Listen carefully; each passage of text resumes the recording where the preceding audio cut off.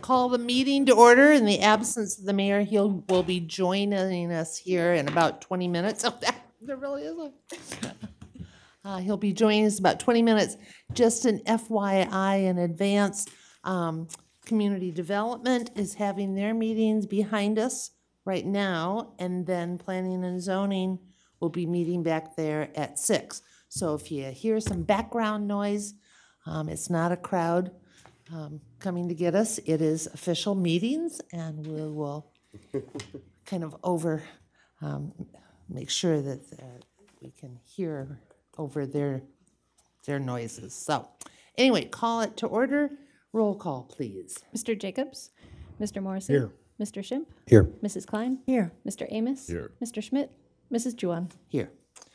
Okay, we have an agenda in front of you. Take a motion to approve the agenda as presented. Second.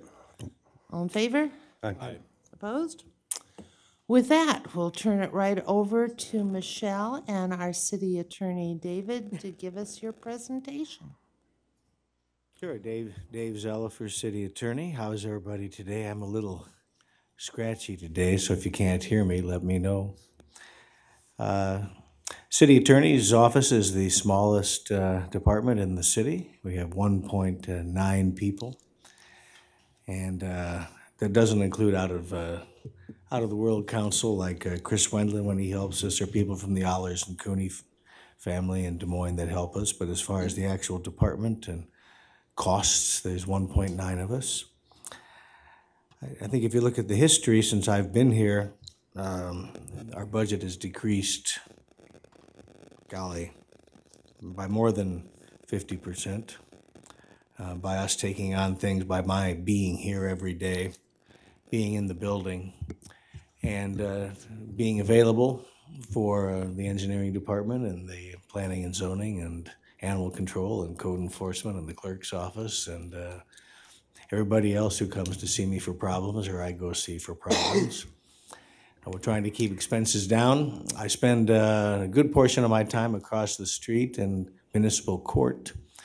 We prosecute all the traffic work that the state doesn't do for the police department. We also prosecute animal control tickets, code enforcement tickets, planning and zoning citations, rental inspection citations, 657As, and I spend a lot of my time in court.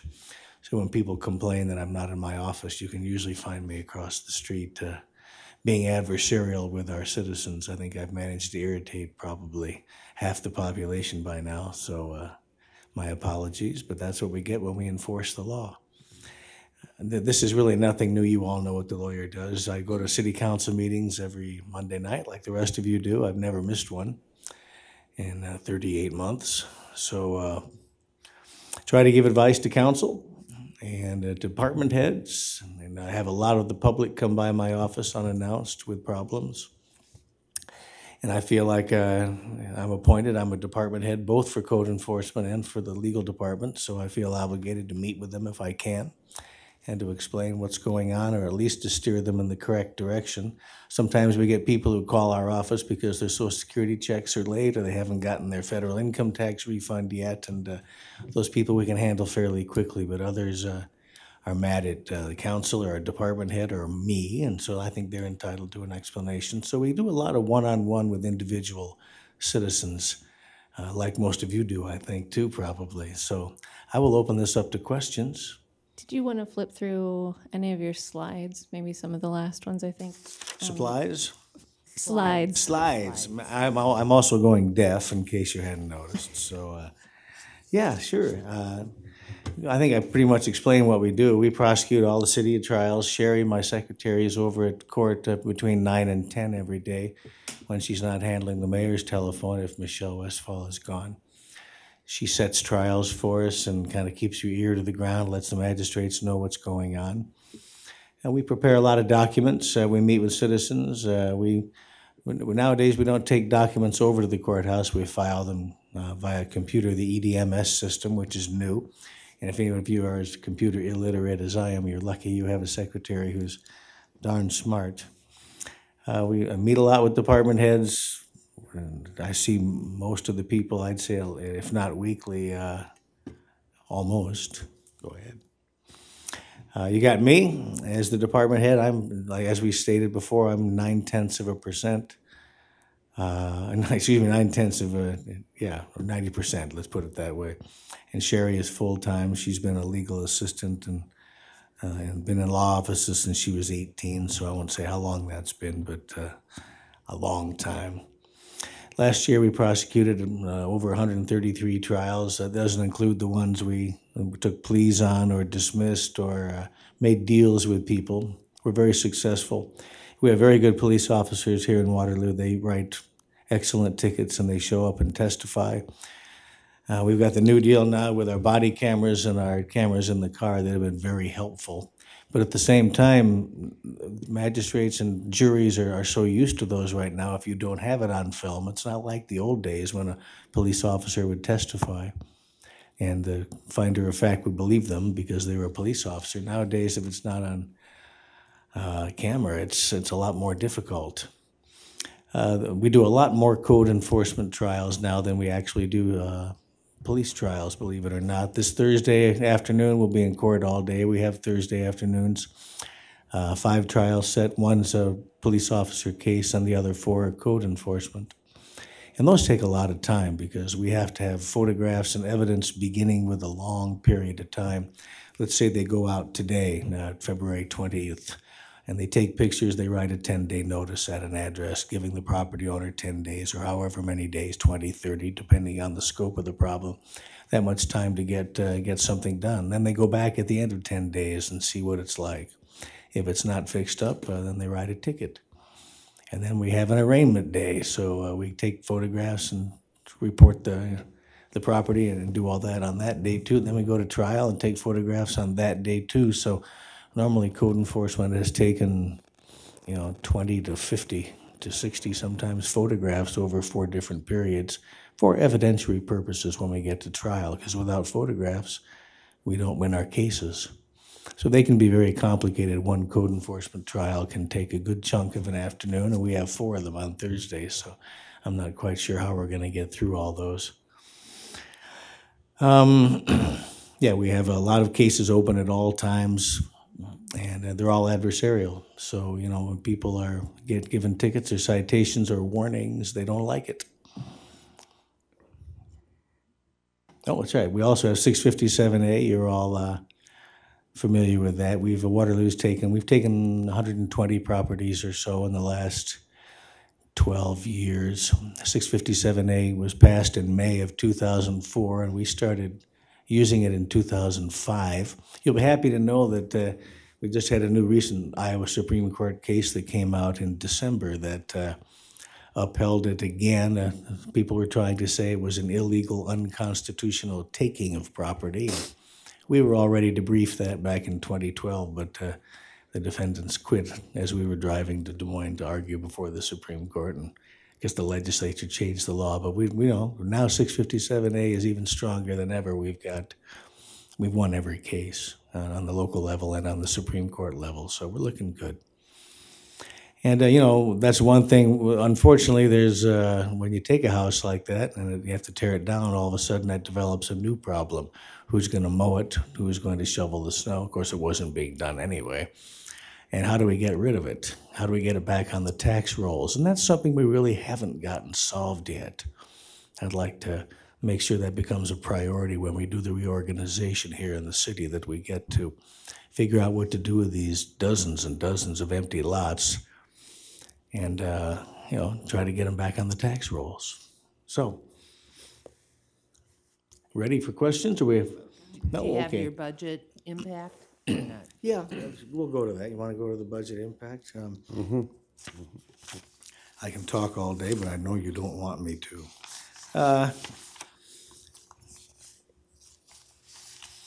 We're getting it. Bottom line, I've got it here in front of me. If we take it down 2.5%, let's face it, you got me and you got Sherry, so we're going to be here every day. We're just going to be able to buy less, office supplies. We really watch our dollars. We sometimes you can't help it. Like if you do a 657A and Sometimes you have 2 defendants, but if you have 30 defendants, then you have to get them all served, and all of a sudden you've got 30 certified letters that go out, and that can be expensive. We're here every day, and we work hard every day, and we try to watch our nickels. And the bottom line is, if you cut us, whether it's 2.5% or 5%, you're just going to get slower services and not as many. I can't be any more plain than that. David, you mentioned that your budget has been cut quite a bit over the years. I remember the days, weren't there 2 assistant city attorneys here, as well as the services of an outside city attorney? I'm the first sitting real city attorney to be Yeah. located here in the building. It's kind of an experiment. Buck Clark started that.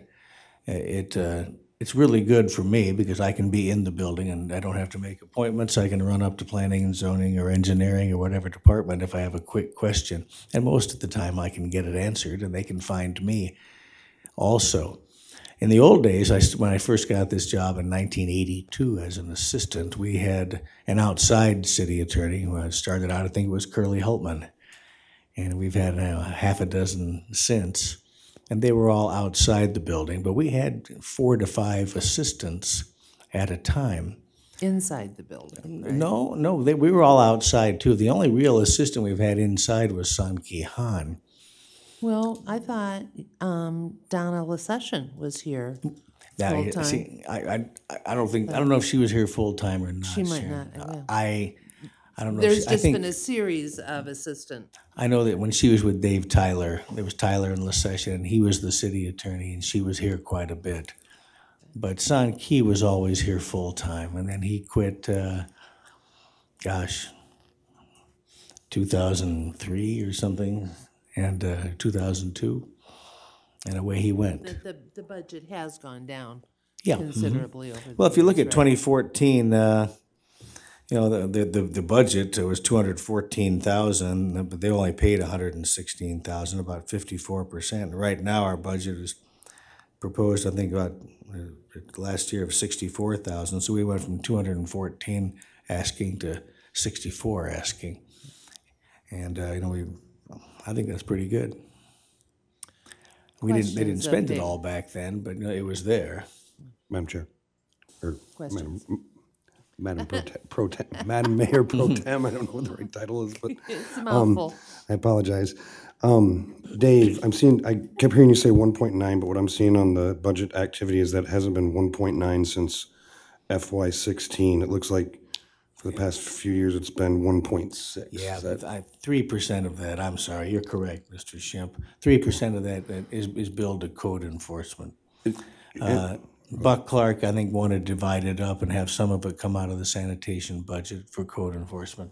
So rather than, you said like on Thursday, you have 4 code enforcement trials and you have one regarding the Waterloo PD. Is that pretty standard, that ratio, kind of? Yeah, the police officers aren't writing as many tickets as they used to. Code enforcement has gotten bigger, there's no doubt about that, but I do a lot more. It's not just police and not just being in court. I figure the amount of time I spent with planning and zoning and the clerk's office and everybody else and doing the real city attorney work as far as deeds and abstracts and other court work. It's an estimate is what it is. The point, I didn't come up with the 3% for code enforcement, somebody else did, and I said, fine, I just wondered if, we could make less of an impact on the general fund by allocating some of that salary over to sanitation, since it seems like we do a lot of work with code enforcement, but I don't know if that's the right answer. Maybe that's a Michelle question, or... Yeah, it's difficult to keep track of how much time during the day I spend doing code enforcement work as opposed to regular city work. City stuff meaning in the building type stuff. Okay, thank you. It's a guess. And I think fairly accurate. Other questions of David? Yes, I have one. Do we bill out to the police department for the police work that you do? No, it's all my salary. I don't think that'd be a... We don't tend to allocate among general fund departments. We could charge all our central administration out, but it's all paid by the property taxes, so we generally do not do that. I get all my police reports and evidence discs and things like that free from the police department. And our department doesn't have to pay them for their stuff, and they don't pay me for any of the work I do for them. It's all just in the budget. We're partners.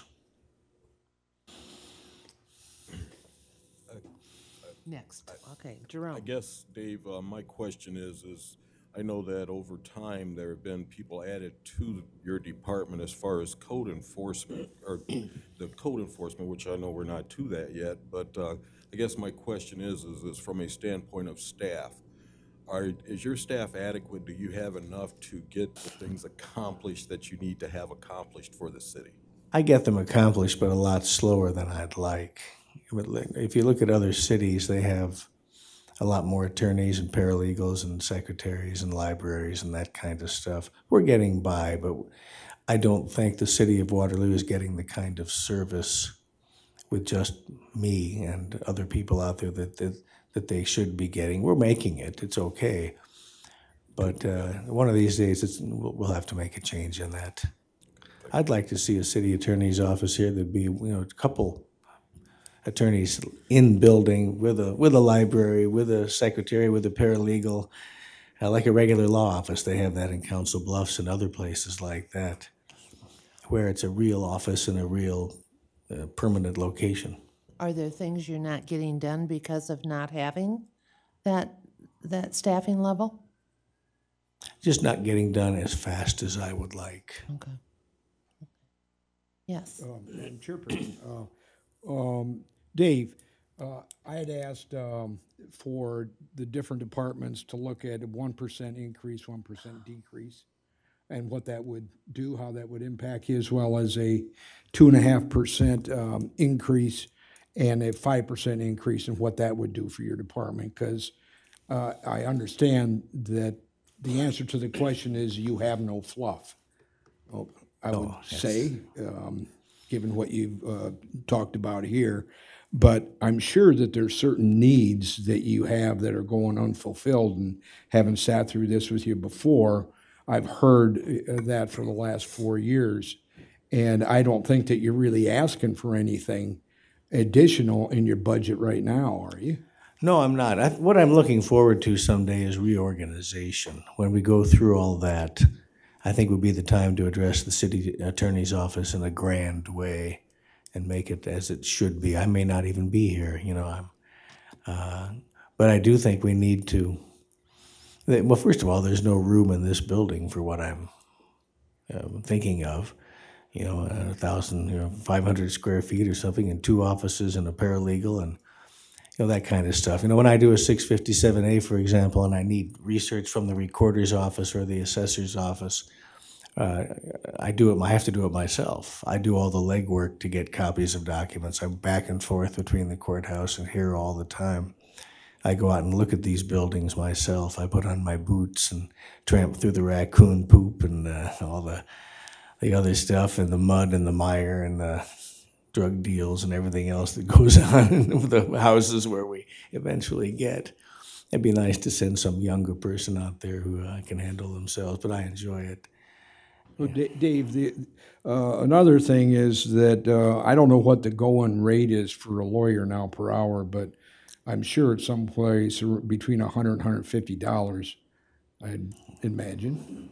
I think Blackhawk County just agreed to pay Eric Johnson $240, didn't they, for the sale of Country View? Well, I just That's looked more at than I've ever charged, but Eric's an excellent lawyer. There's no doubt about that. Well, I just figured this up real quick, and if you were to charge $150 for your 40-hour work week, which I dare say your 40 hours is beyond 40 hours, but just, that means that you should be in the area of $312,000 per year. No, thank you, but no, I don't. I'm very happy with my salary. I'm happy with my job. I don't need a raise. I don't need anything else.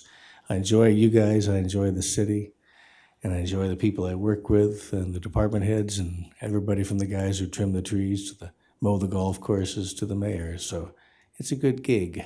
And Dave, I'm not suggesting that you should charge the city that much in any way, shape, or form. But what I'm just saying is there any way to tack on any kind of fee associated with what you do in any particular cases at all.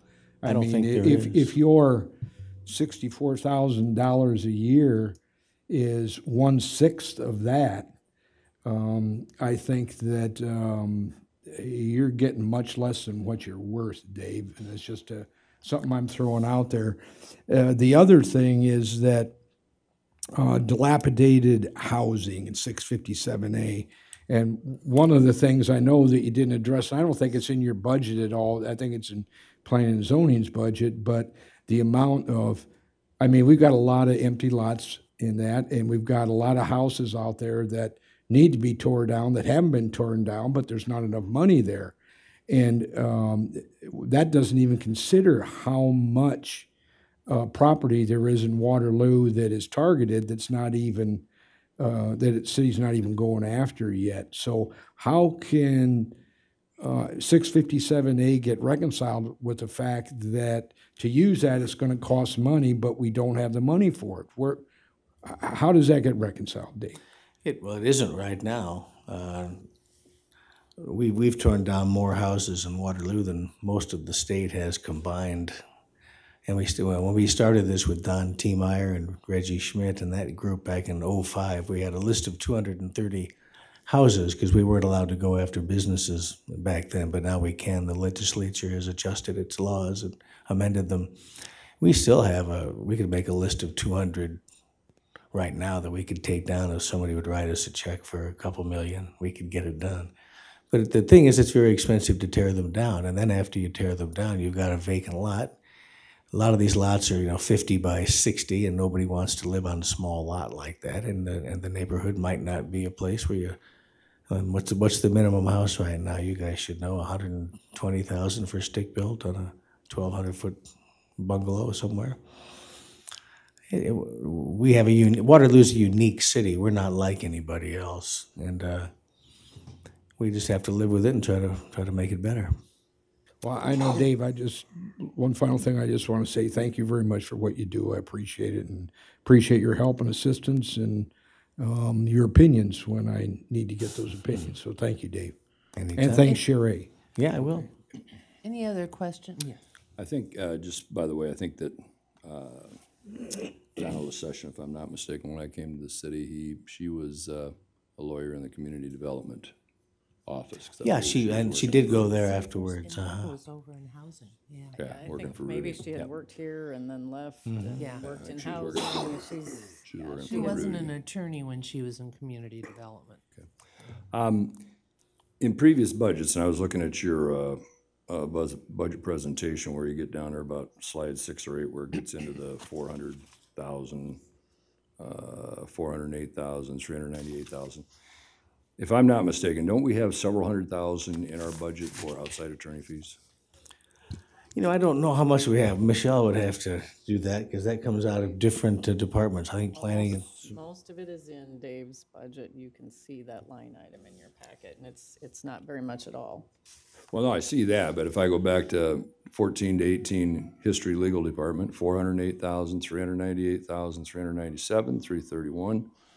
And I remember that we had 300,000 to 400,000 budget every year because I asked about whether or not we shouldn't bid that, because I think there were several local attorneys' offices that were interested in bidding that, and that was never done. So that was going to be the In gist of it. 2014, it was 214,000 for outside attorneys. I don't know where you're seeing the 400 unless that's I'm the getting it from total. what's on my computer, page 9 of 10. It's on the budget presentation, slide I 9. assumed you gave it to us. I don't know where that came from, but I'm looking at our general ledger, and in the attorney's office in 2014, the budget was 214,000.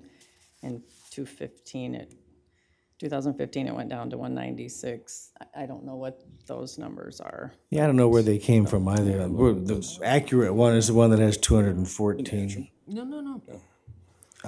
Perhaps I do know that other departments use me. I don't, of course, I don't bill for it, but anybody from Allers and somebody, and Chris Wendland does quite a bit.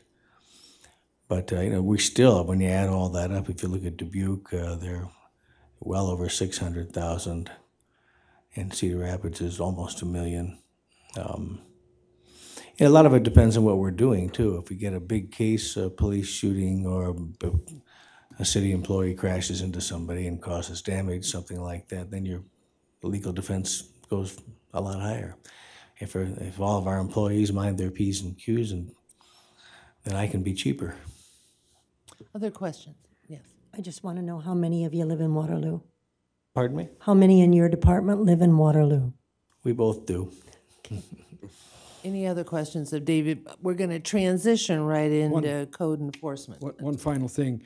Michelle, with the amount here at, oh boy, what was it? 200 and, what was it? 214. No, Okay, for, what amount are you talking about? the budgeted amount was 267 or 97? Are you talking about Dave's budget? Yeah, for the That's what- legal department. Okay, so the legal department budget for your proposed 2019 is 271,000. Okay, and what percent of the overall budget is that? I mean, I remember Abraham talking about his being like a 0.5%. I don't have that in front of me, but maybe 0.5% to 1%. Okay, thank you. Okay, David, do you want to address code enforcement, please? Sure. Maria Downing is here. I asked her to be here because she knows the ins and outs and paper clips and nickels and dimes more than I do as far as what goes on there. Code enforcement it consists of 3 full-time people out on the field and one part-time person in the field, and they also have a full-time secretary. They're very, very busy. This town needs code enforcement. They do everything from snow removal and weed removal, snow in the winter, weeds and long grass in the summer, to everything from dilapidated buildings and parked cars in the front yard, junk, debris, overgrowth in the alleys and streets, things like that. That's one thing we inherited over the last few years. All of a sudden, we've become the people who go down alleys and trim up the trees. It used to be somebody else. We also pick up the bicycles now for the police department. When they have some, we take care of them and deliver them. That's a new task for us in the last couple of years. We board up houses, and that's something we've undertaken in the last few years too, which other departments have done. That's been sort of the redheaded stepchild of duties for a lot of departments, and it fell to us. Our part-timer, Tim Cook, who's retired and a Vietnam vet and all that, we hired him. He loves doing that. He goes out 19 hours a week with his son, Cameron, who's in our code enforcement also, and they're the heavy lifters. We have a lot of dilapidated and abandoned houses in this city, and we don't have enough time or money to board them all up. Some of them just can't be. Their holes in them are huge, but they do a heck of a job and try to make it safe. They're busy. We have a lot to do with code enforcement. A lot of neighbor complaints. Like, as I said before, just getting ready for trial is long and arduous. And they testify very well, believe it or not. Their trial preparation and their techniques are wonderful. I don't know about all of you, but how would you like to get on the stand and testify 6 or 8 times every month and be cross-examined and all that? So they have to be quick on their feet. And it's amazing how well they've learned over the years. We work very well together. I'm the head honcho. I guess you call me the department head. And Buck Clark, asked me to do that a few years ago, and I said yes. And I've enjoyed it very much. It is quite a bit of number of hours, but they're good people, and it's a kind of service you can give to the city that is really tangible. In the legal department, you can work on a problem. Take Sunnyside South, for instance, for 5 years and nothing gets done. You can't turn around and see, yes, this is what we've accomplished today. But in code enforcement, you can. You can look at a junky building or junky yard and then come back the next day and it's pristine. And so it's something that's tangible that we can actually look at what we accomplished. It's messy and dirty and adversarial. We get a lot of people mad at us. I mean, a lot of people mad at us. Walk us through the rest of your slides, David. Sure. Okay. You don't have to read it. Well, you know, I but- won't. One thing Maria has done, that she did this on her own too, I'm not going to take any credit for shooting her off in the right direction, is she's opened up a lot of conversation and communication with the Blackhawk County landlords. I think every morning, every afternoon, she gets on her computer and she shoots them a list of properties that are going to be posted or have been posted, so they can look to see if any of their properties are on it. She lets them know of any updates or changes or any legal statutory changes, anything like that. So they have first crack at knowing whether or not one of their properties or one of their neighbors' properties is being written or whatever. And there's always an open door there. They're free to call her at any time. They can come over. She can take them over and look. She does that quite a bit. Takes people out and says, here's your problem. You have 10 days to fix it. If you need more time, let us know. We'll give it to you. We do that with pretty much everybody. You know, and we say 10 days, but if you call us and say, hey, it's going to take me 20 because I can't get a truck or for whatever reason, then we give it to them. We try to work with the people, but it's, like I said, and I'll use this term a lot, it's adversarial quite often. They have to educate the public. Maria does a lot of speaking to neighborhood associations and other groups. I go out and speak with, gosh, I've talked to Kiwanis and those types of organizations. We have to issue a lot of notices. A lot of it has to do with record keeping too. We'd like a better little computer system. We'll work on that. A lot of illegal dumping in this town. I guess you've all seen what happens out at the recycling centers, where there's a lot of places in town that 3 o'clock in the morning, you can rest assured there's going to be a pickup truck out there dumping chairs, tires, mattresses, and those things that we have to clear up. And that's one of the reasons we needed a truck with a larger bed, because some of those mattresses get big and we don't want to drop them along the way. Bottom line is we're cleaning up after a lot of people's messes. And some people can't afford it. We do have a large segment of our population of people who don't have much money, and they can't afford to have their front porch totally redone or their roof totally redone. There are people living in really difficult situations that we try to work with. And we know darn well you can give them a $200 ticket, they'll never get it paid. We try to turn them over to social service organizations sometimes, churches or community development. That doesn't always work, but at least we try. And the budget impact was, Stephen? It's a lot bigger than it would be for legal. There's a couple things they do that are time consuming that we've, like I said, we've taken on in the last few years that we won't be able to do anymore. Most notably, I think, would be the boarding up of properties. Plywood is very expensive, and we've undertaken it. We didn't ask for much before, but it's expensive and very time consuming. We have to have electric drills, we have to have screws, we have to have ladders, and boarding up a house can take a good chunk of a day. And with two people, with 8x4 plywood, and having to cut the plywood on the scene sometimes to make it fit. Also is the overgrowth. We have a lot of alleys and sidewalks where people just don't take care of the brush and property that abuts those. And we have to do that too. And that's something that could be, I think, lost. That'd be a lot worse situation for alleys and sidewalks. Snow removal is another thing. Weed ordinances, we'd have to slow those down. We'd like to get them done as fast as we can, but if it takes an extra couple of days, it's going to then. Yeah. And the impact of the 2.5 and the 5? Well, replacing some equipment. We make a lot of photographs.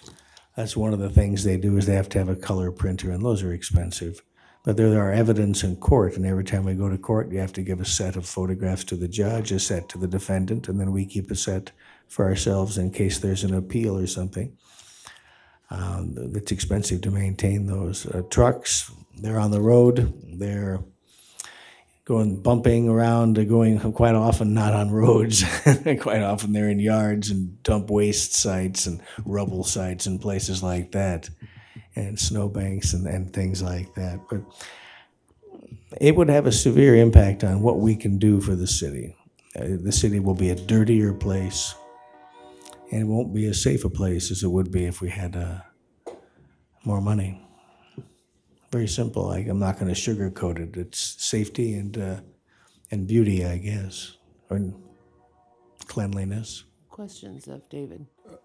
Mr. Chairman, Dave, would it be okay to hear from Maria? I mean, especially I was interested in the budget presentation when it gets down to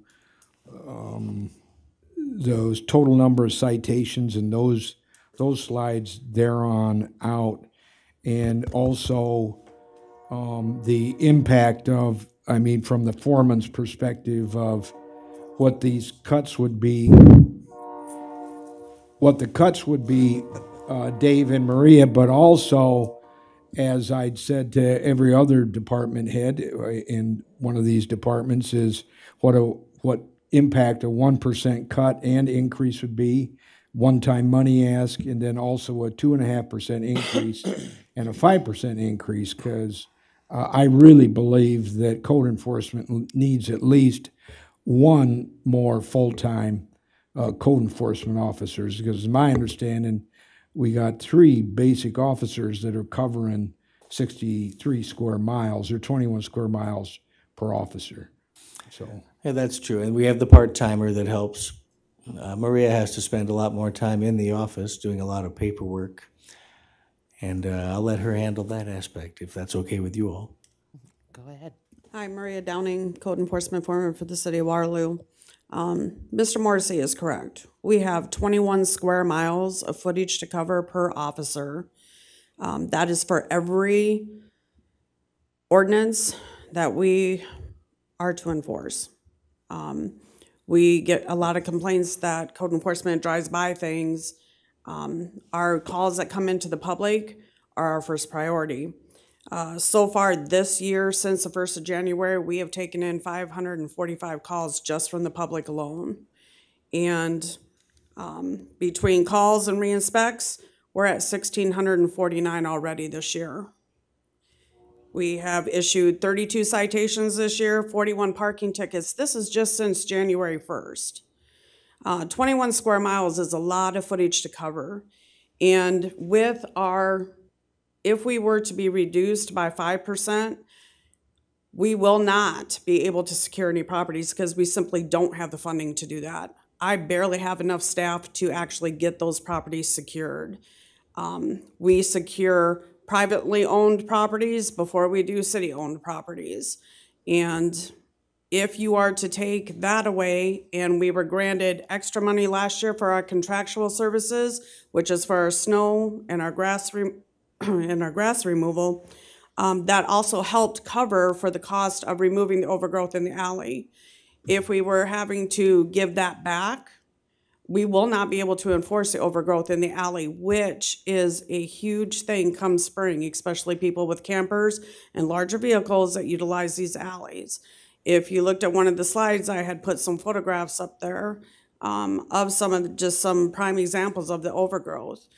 We are in need of additional funding. We also are responsible to address hazardous trees. But what happens with the hazardous tree? We can write a person a citation and we have no money to get those down to a safe level. We have one full-time clerk. Emily's going to be going on maternity leave in August. For every time that she is off of work, one of us has to stay in. That takes our time off of the street. My part-time person basically boards up our houses, picks up our bikes, does some of the small, more tedious things so that we can invest our time more so out here doing what we need to do. Good. Questions of Maria or David? Yes. How many employees live in Waterloo out of this group? 2. 2 live in Waterloo? Yes. The rest live out? Yes. Madam Mayor Pro Tem. Dave, I'm sorry. The slide shows that there's just shy of 60,000 in citations not paid in 2017. Would that be a typical year in unpaid citations? Do you know, is that a high year, is that a low year? It's probably fairly average. A lot of the people we go after, Councilman Schmidt, don't have any money. They and they're on fixed incomes. They could be a Social Security or disability person or somebody on a pension. You can't garnish that. You know, they're exempt from garnishment. So we can give them all the fines we want. We have some people who've got thousands of dollars in fines, have never paid a nickel, and have no intention to. The best we can hope for is they get found guilty at trial, and that's fine. And we're allowed then to clean up the property using city people, city trucks, city bulldozers, front end loaders, arms, whatever we need. But there's a ton of that out there. And can we not charge that against their properties if they own properties like other things that are done that way? Yeah, well, they don't. I understand we yeah, wouldn't get sure. it until something changes, but Yeah. I mean, do we Yeah, do we that, do. or- We do. One of the But things when they Emily sell the Russell does is Right. she goes files assessments with the county treasurer's office. Okay. That's how we get a lot of tax certificate holders out there too. And It's that's a when it vicious happens, cycle. David, isn't it? When the property is sold, then if there was a lien or a fine assessed against the property, wouldn't we get it then? We do on occasion. We get a call from a realtor or somebody like that saying, "Hey, we're doing this, we're selling it," or somebody died and they have an estate, something like that. But a lot of these folks who pass away don't even bother with the estate. The kids just let the house sit there. There could be a Medicaid lien. You know, when the state of Iowa changed that a number of years ago, and the people wouldn't have to pay their taxes, or there's a Medicaid lien against their premises, and they don't go after it for health services. Well, then they look at the house afterwards. They go, "We don't want this." The state, we give them notice, and heck with it. So the house then becomes a 657A type of house. It's a vicious cycle. Maria, were you going to add something to that? Well, the amount for the 58 last budget you had asked, and so I gathered that information for you this year. One of the hugest problems that we have in the court system is our citations are $200 to start off with, plus $85 in court cost. It used to be that the courts would grant people payment plans, which I think was a little bit more successful in actually getting our fines paid. But when the state changed to anything under $300, they're not entitled to get a payment plan of any kind, whether or not they're on disability, unemployed, or whatnot. We fall $15 short of allowing people to make payments. I don't really know what the solution is, but I know that there is a lot of frustration to that $15 being shy of granting them a $50 a month payment plan.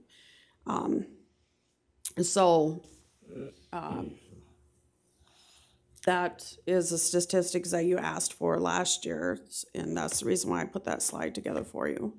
I appreciate that.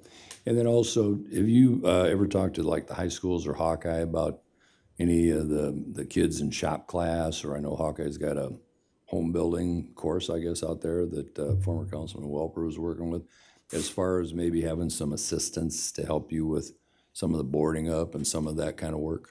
No, I was not aware that we were even authorized to do that. I don't know. I just didn't know if anybody had ever asked, so, okay. All right. Not that I'm aware of. Okay, thanks. We've thought about that, but it can be very dangerous up on the ladder, and getting kids up there. I see a big landlord in Iowa City just got nailed for $6.5 million judgment or $5.5 million judgment when one of their employees fell off a ladder. And just got that 2 weeks ago.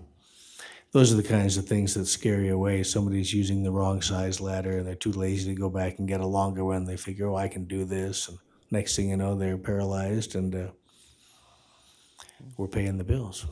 Madam Chair. Yes, Mr. Shedd. It seems to me if we're short the $15 on that it would make sense to raise the fine up. Is there any idea when the last time any of these fines were raised? We could, and I think people can make payments. They just can't be authorized to make the payments in a payment plan by the court. They could still go into the clerk's office and pay $50 on their fine or something like that, but they know they don't have to. Yeah, I think that's one thing I'm going to be asking the council to do. The state has raised the fines for municipal infractions up since we originally had our code, and we could do that. That's something we were going to plan to do under reorganization too. A lot of people don't like our fines. They're very expensive as they are right now. You know, somebody leaves a couple tires in their front yard, it's a $200 fine. So you do not have any fee increases included in your budget proposal? Fine, no, we don't. That would have to be something we'd have to bring to you all, and you guys would have to amend. Most cities do charge more, and I think that is something we're definitely going to have to look into. I think that would be an excellent Other questions? revenue. Along those lines, Madam Chairperson, what kinds of fees other than what is just being talked about here for the fine there, what are some of the other fees that could be raised that haven't been raised in a long time? Maria, you might know that too, or. I think sanitation would be better equipped to answer the question for, as far as the cleanups go. They're the ones that actually do the cleanups for us. We went to the $40 parking ticket for the parking in the front yard, which has been very successful. Landlords really appreciate that part. We follow with the regular parking tickets, but as far as our citations go, it's pretty much been a standard for 200, 500, and 750. Once they hit 750, it's 750 from here on out. And our citations don't start over every year. So if I have issued somebody a citation in 2005 for a first offense, and I issued them another ticket in 2015, that's an automatic second offense ticket. Other questions? Great. Thank you both very much. We appreciate it. And we'll now move into engineering. Mr. Thorson? Yeah. Oh, okay.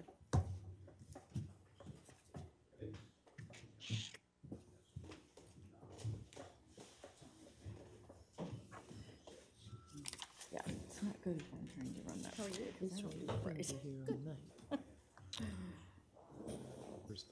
We might be, huh? Yeah.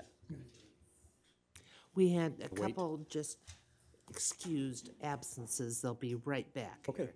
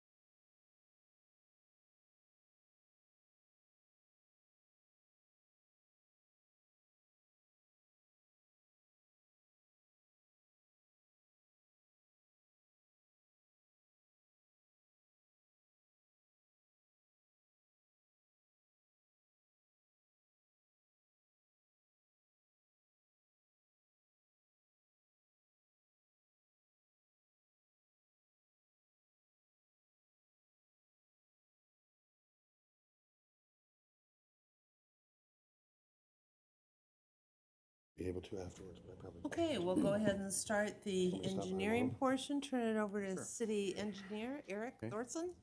Thank you very much, Council. I think we'll kind of run through the slides first, and I'm going to kind of move along on these pretty quickly. They're very similar to the ones we used last year for the older council members and the new council folks. We went over a lot of this information right after the first of the year in your orientation. So, but do stop me if there's something you have a question about, but I'll kind of move right along. So really our mission is to provide engineering and public improvements in the most economical manner. And we do a lot of different services to maintain and improve the city's infrastructure. Some of those are listed there. And then if we go to the next slide, I've kind of put that in there. Kind of gives you an idea of all the public infrastructure that we have in the city. And it isn't just engineering that deals with all these things. You know, we have the various departments in public works and the other maintenance departments and waste management that all have a part in all this infrastructure. But we have a lot of it out there when you have 64 square miles of a city and a pretty large population, a lot of lane miles of streets, and a lot of miles of curb, 6,600 ADA ramps, 277 miles of sidewalks, almost 47 miles of trails, a lot of bridges and culverts, 20 miles of levee system, many miles of sanitary sewer, almost 7,500 manholes in that group, 20 lift stations, a lot of sanitary gate wells, storm sewer main, there's a lot of miles of that, a lot of manholes, again, about 20 lift stations, a lot of gate wells, and over 14,000 intakes. So there's a lot of infrastructure out there that we all deal with. Kind of an overview of our duties and services. Again, I'm not going to read through all of those. This is the same information that you got right after the first of the year and has been presented before. So there's a lot of different things that we do that relate to various activities in the city. Some of them are dictated by the city ordinances, and other things are things that we do to help primarily a lot with economic development too. We work a lot with that with planning department. Just a real quick structure of our department. We typically have 20 employees. Right now we have one vacancy, our stormwater specialist, which we're working to fill, and so we'll continue to work on that. One of the most important things we do is our subdivision and site plan reviews. And you can see in 2017 we reviewed 12 subdivisions. That includes the various plats that come along with those, the deeds and certificates and construction plans. We also reviewed 42 site plans. Just an example there of the KWL building and their historic renovation. That was a large site plan that we reviewed. So we do a lot of that, and that's tied in very closely with building inspection and planning. We work very closely to review these and work together to keep economic development moving along. Our driveway and sidewalk permits, we issued 182 permits for driveways in 2017. That resulted in 354 inspections. There were 23 driveway waivers that we had to submit to council. And those simply come to council because it's someone that's asking to do something different than the ordinances allow. And we record those against the property so that future property owners will know that something was done there that didn't necessarily meet standards. So in the future, they might have to deal with that. And it simply has to come to council because we need that resolution to record that. Sidewalks, we had 428 permits issued, resulted in 680 inspections. So basically the folks that work on that are mostly our technicians and our clerk and secretary.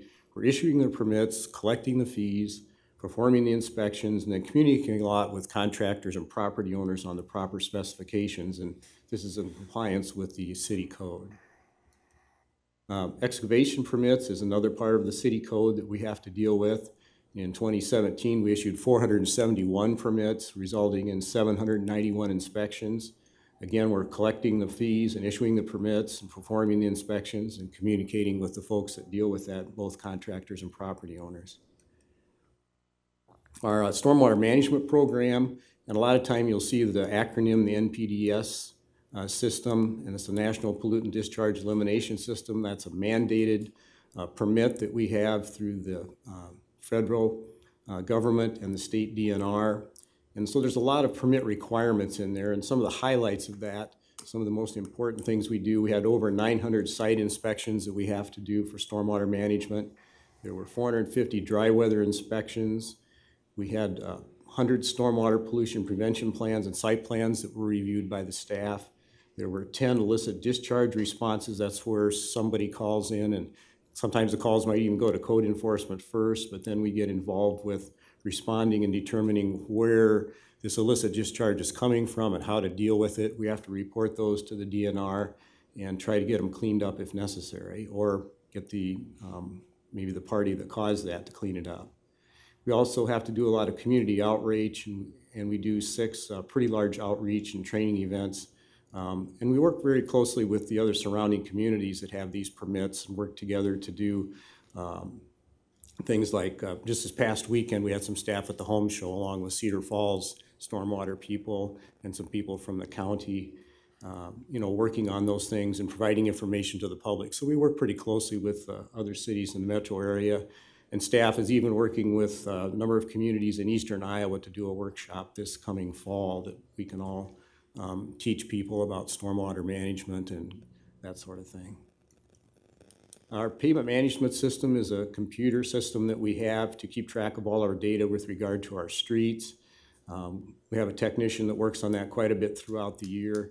And we do now get new rating information from the state. The state has actually taken that over and provides us with distress data and other information every 2 years. That's really saved us a lot of funding. We used to have to try to go out and inspect all the streets, all that 431 miles of streets with staff, and now we actually get that information from the state. They use some automated methods of, they have these very specialized vans that have radar and infrared and other equipment that they go out and inspect the streets and provide that information to us.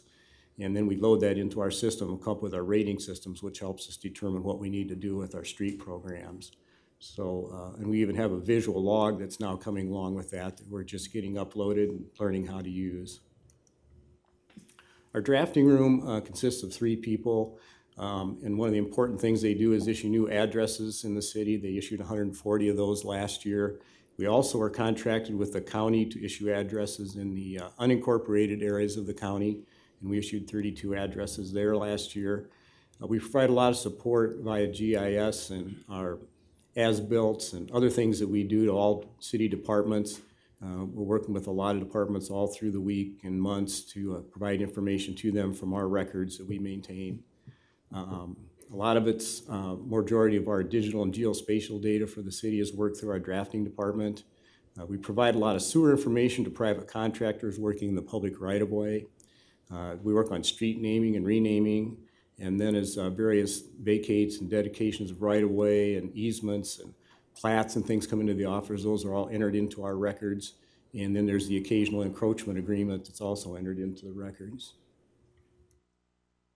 Just a little bit of a few highlights of some of the projects we did in 2017. Our street reconstruction program with local option sales tax funds, we reconstructed 8 segments of streets. And we also, as you kind of heard last night, we work with the waterworks. They look at the streets we're working on, and they may do some water main work and services along with our project. We also televise the sanitary sewers, make repairs or replacements there. We look at the storm sewer, may make some improvements and certainly some repairs there if necessary. We currently are also putting in sub-drains along the roads to not only drain the area underneath the pavement so it'll last longer, but we're now adding stubs out into the properties so when people do footing drain disconnects, they have some place to connect to. So it'll take us a while to get around the city for that, but that's something that we're doing with our drain tile program in that reconstruction. And then we also reshape the parking. We work with the other utility companies who also do some upgrades sometimes when we're working on streets. At the corners, we have to improve sidewalks and ADA ramps to meet the federal requirements. We put in new curb and gutter and street pavement.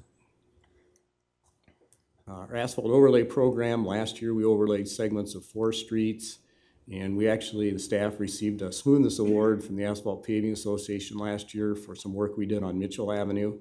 And we've also been using some new techniques recently. It's called an asphalt interlayer that we use on our overlays to reduce reflective cracking. So we're continuing to look at new things that happen in both the concrete and asphalt paving industries to try to make our pavements last longer. We also have our 10-year sidewalk repair program. A great picture there of one of our staff members finding some really bad sidewalk out, and that's what I think points to the fact of why this program is so important. Sidewalk can really deteriorate over time, and so the city is divided up into 10 zones, and we work on one zone each year. Last year's zone, you can see the boundaries of that. That resulted in 1,254 properties that were inspected. There were 882 of those properties that required repairs. 422 of the properties actually did the work themselves. They hired a contractor to privately make the repairs. Then the remaining properties went into an assessment program where the city goes out and bids a contract to make those repairs. Once the repairs are done, then the costs are assessed to property owners. Property owners then have a 30-day period where they can pay all of their assessment, some of the assessment, or none of the assessment, and then whatever is left is certified over to the county and is collected on property taxes. So that's a real important program to help reduce liability not only for the city but for the adjoining property owners. And in that same sidewalk zone, we're also federally mandated to make improvements to ADA ramps. And in last year's zone, we worked on 63 ramps that were redesigned and constructed to make sure they met all the ADA requirements. that are out there now. We also do some trail repairs. We look at our trails each year and make some repairs on those to keep those safe. And during the ADA ramp repairs, you can see some pretty significant numbers there of things that were done to make those requirements meet the ADA standards. And just a picture there of a pretty extensive reworking of a corner of the sidewalks. That's pretty typical. Our flood control section, or flood protection system consists of about 20 miles of earthen levees and flood walls, and those are along the Cedar River, Blackhawk Creek, and Blowers Creek. A lot of the maintenance departments do general maintenance on those and mowing and that sort of thing. We tend to work with some of the more larger projects and maintenance items on those systems. And of course, after going through 2008 and 2016, we all know how important the levees are, so we really work pretty hard on those to keep them up. And the Corps does come in every year and do an inspection, helps us determine what needs to be done, and we work with the various departments to get those things done, and then also use some funding to make some of those improvements through contract work. We also did some St. Creek channel clean out and shaping on one of our drainage ways in the city. That turned out pretty nicely. One of the other projects we worked with after the sanitary consent decree was using the money that would have been levied as a fine to do a stormwater project on an alley downtown. A lot of the alleys in the central business district are not too good of a condition, so several other cities in Iowa have been doing a similar program. Most notably, Dubuque has done a lot of this, and so we talked to them and then worked with a consultant to do a project here in Waterloo, and did one alley, and you can see what it looked like before and what it looks like now. And so it not only makes a very nice improvement to the alley, but it's also a great way to help store some stormwater and help reduce the runoff from alley situations. So we're hoping to do some more of these in the future as funding can be made available. Might have been a little controversial, but the 4th Street Bridge canopy project was a big one for us and took a lot of time, and we think turned out very well. Some of our goals for 2019, again, we're going to provide systematic, data-driven, efficient engineering using innovative technology to deliver high-caliber service for the city and the citizens. We're going to be reconstructing 17 segments of streets, overlaying 9 segments. We'll be into sidewalk zone 8 to administer repairs and make the ADA required improvements. Flood control system, we're going to continue on some improvement projects there. A couple of the big ones, we're repairing flood control gates both on the storm and sanitary sewer sides on Blackhawk Creek and the Cedar River. We're going to continue clear zone tree removals that are required by the federal government. And it seems like we just wrapped it up, which we did, but we have to do bridge inspections every 2 years, and we work very closely with a consultant on that, so we'll be starting that process again towards the end of the year. We're going to do a few bridge repairs. We want to try to keep our bridges in good condition. The state, of course, recently upped the sales or the use tax on gas, and so some of that extra money that's coming in, we're making use of that to work on our bridges. That's very important to try to keep them in good condition. We'll be continuing on with University Avenue designs, a preliminary and final design for Phase 2. We'll be working very closely with Highway 63 reconstruction, and that'll be starting up again here in just a few weeks. And finally, with last night's bid opening, we'll be working on the University Avenue Phase 1 reconstruction here very soon. Last, just kind of an overview slide. It talks a little bit about the 3 different funds that we use to fund our staff budgets, our departmental budgets. We're about 52% out of the road use tax. We're 33% out of local option sales tax, and about 15% out of stormwater fee. And with our base budget requests for the next year, there'll be very similar percentages. It really won't change that very much. I guess that's any questions about those slides? Kind of rushed through, but. Just a really quick question. One of the conversations that other municipalities are having about undergrounding utilities. And I think that's something that we're going to take a look at or try to put something together so we can make sure some of those things go underground as well. And I think we have a meeting in the next couple weeks or so to try to begin that. So We'll out there setting up a meeting. Yeah, just want to let council know we'll be taking a look at that. Mrs. Klein. I just have 2 questions. The first is, you said you did some address work for the county in a contractual you have a contract for that? Are we reimbursed for just the cost, or do we tack anything on that? We just reimburse our costs. We have costs that we use that are calculated based on the staff time, and that includes their benefits and everything. So we actually have an actual rate that we use, and the staff keeps track of the time that they work on those things for the county. And of course, it's just in the unincorporated areas, so the other smaller cities within the county that maybe don't have a drafting or engineering department still do their addressing somehow. So we're just in the areas that are not incorporated. So it doesn't amount to a huge amount of addressing, but it is a way that we cooperate with the county and share services. Okay. My last question is, how many of you, the employees, live in Waterloo? Well, currently with the 19 staff members that we have 10 that live in Waterloo and 9 that do not. Hopefully with the replacement of our stormwater specialist, we'll improve on that a little bit, but we're still taking applications, so we'll see. But have been running about half and half. Thank you. You're welcome. Mr. Jacobs. Eric, can you give us an update on the Park Street Bridge? We're waiting for our last information to come in from AECOM. They are the consultant that we work with on our bridge inspections, and they should be getting us the final report on that very soon. This was the year that we had to do the underwater inspections, so you may have seen the divers out there last fall, and at least the initial indication was there wasn't a whole lot more serious deterioration on the underwater part, which is good news. But of course the surface, the part of the bridge that's exposed to the elements, does tend to continue to wear out, and it's certainly a bridge that we need to be dealing with at some point in the future. However we do that, whether we replace the bridge or whether we do something else, it's definitely something that's going to kind of march up on us here before too long. We're at the point where, of course, it has been embargoed for heavier loads for some time already. That goes back a number of years, and so we have to continue to watch that. And I think that's what's really good about the federal government requiring bridge inspections every 2 years. It really makes you and forces you to take a look at your bridges and your structures and make sure that they are in good condition. And I think you see some kind of horror stories from across the country on some bridges. I've seen some recently in the news that look pretty terrible. We're not in that position, except maybe for Park Avenue, but still that's a safe enough bridge that we can keep it open for the foreseeable future anyway.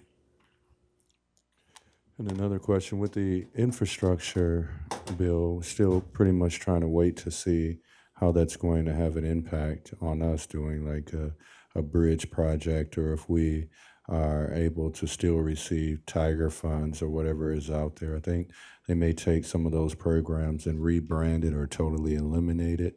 But there may be a possibility on some of the projects, such as Park and some of our roads, that we may be able to leverage some of our funds. So that's a hope. Mr. Morrissey. Yeah, yes, Michelle and Eric, what kind of an impact does your budget have on the levy rate?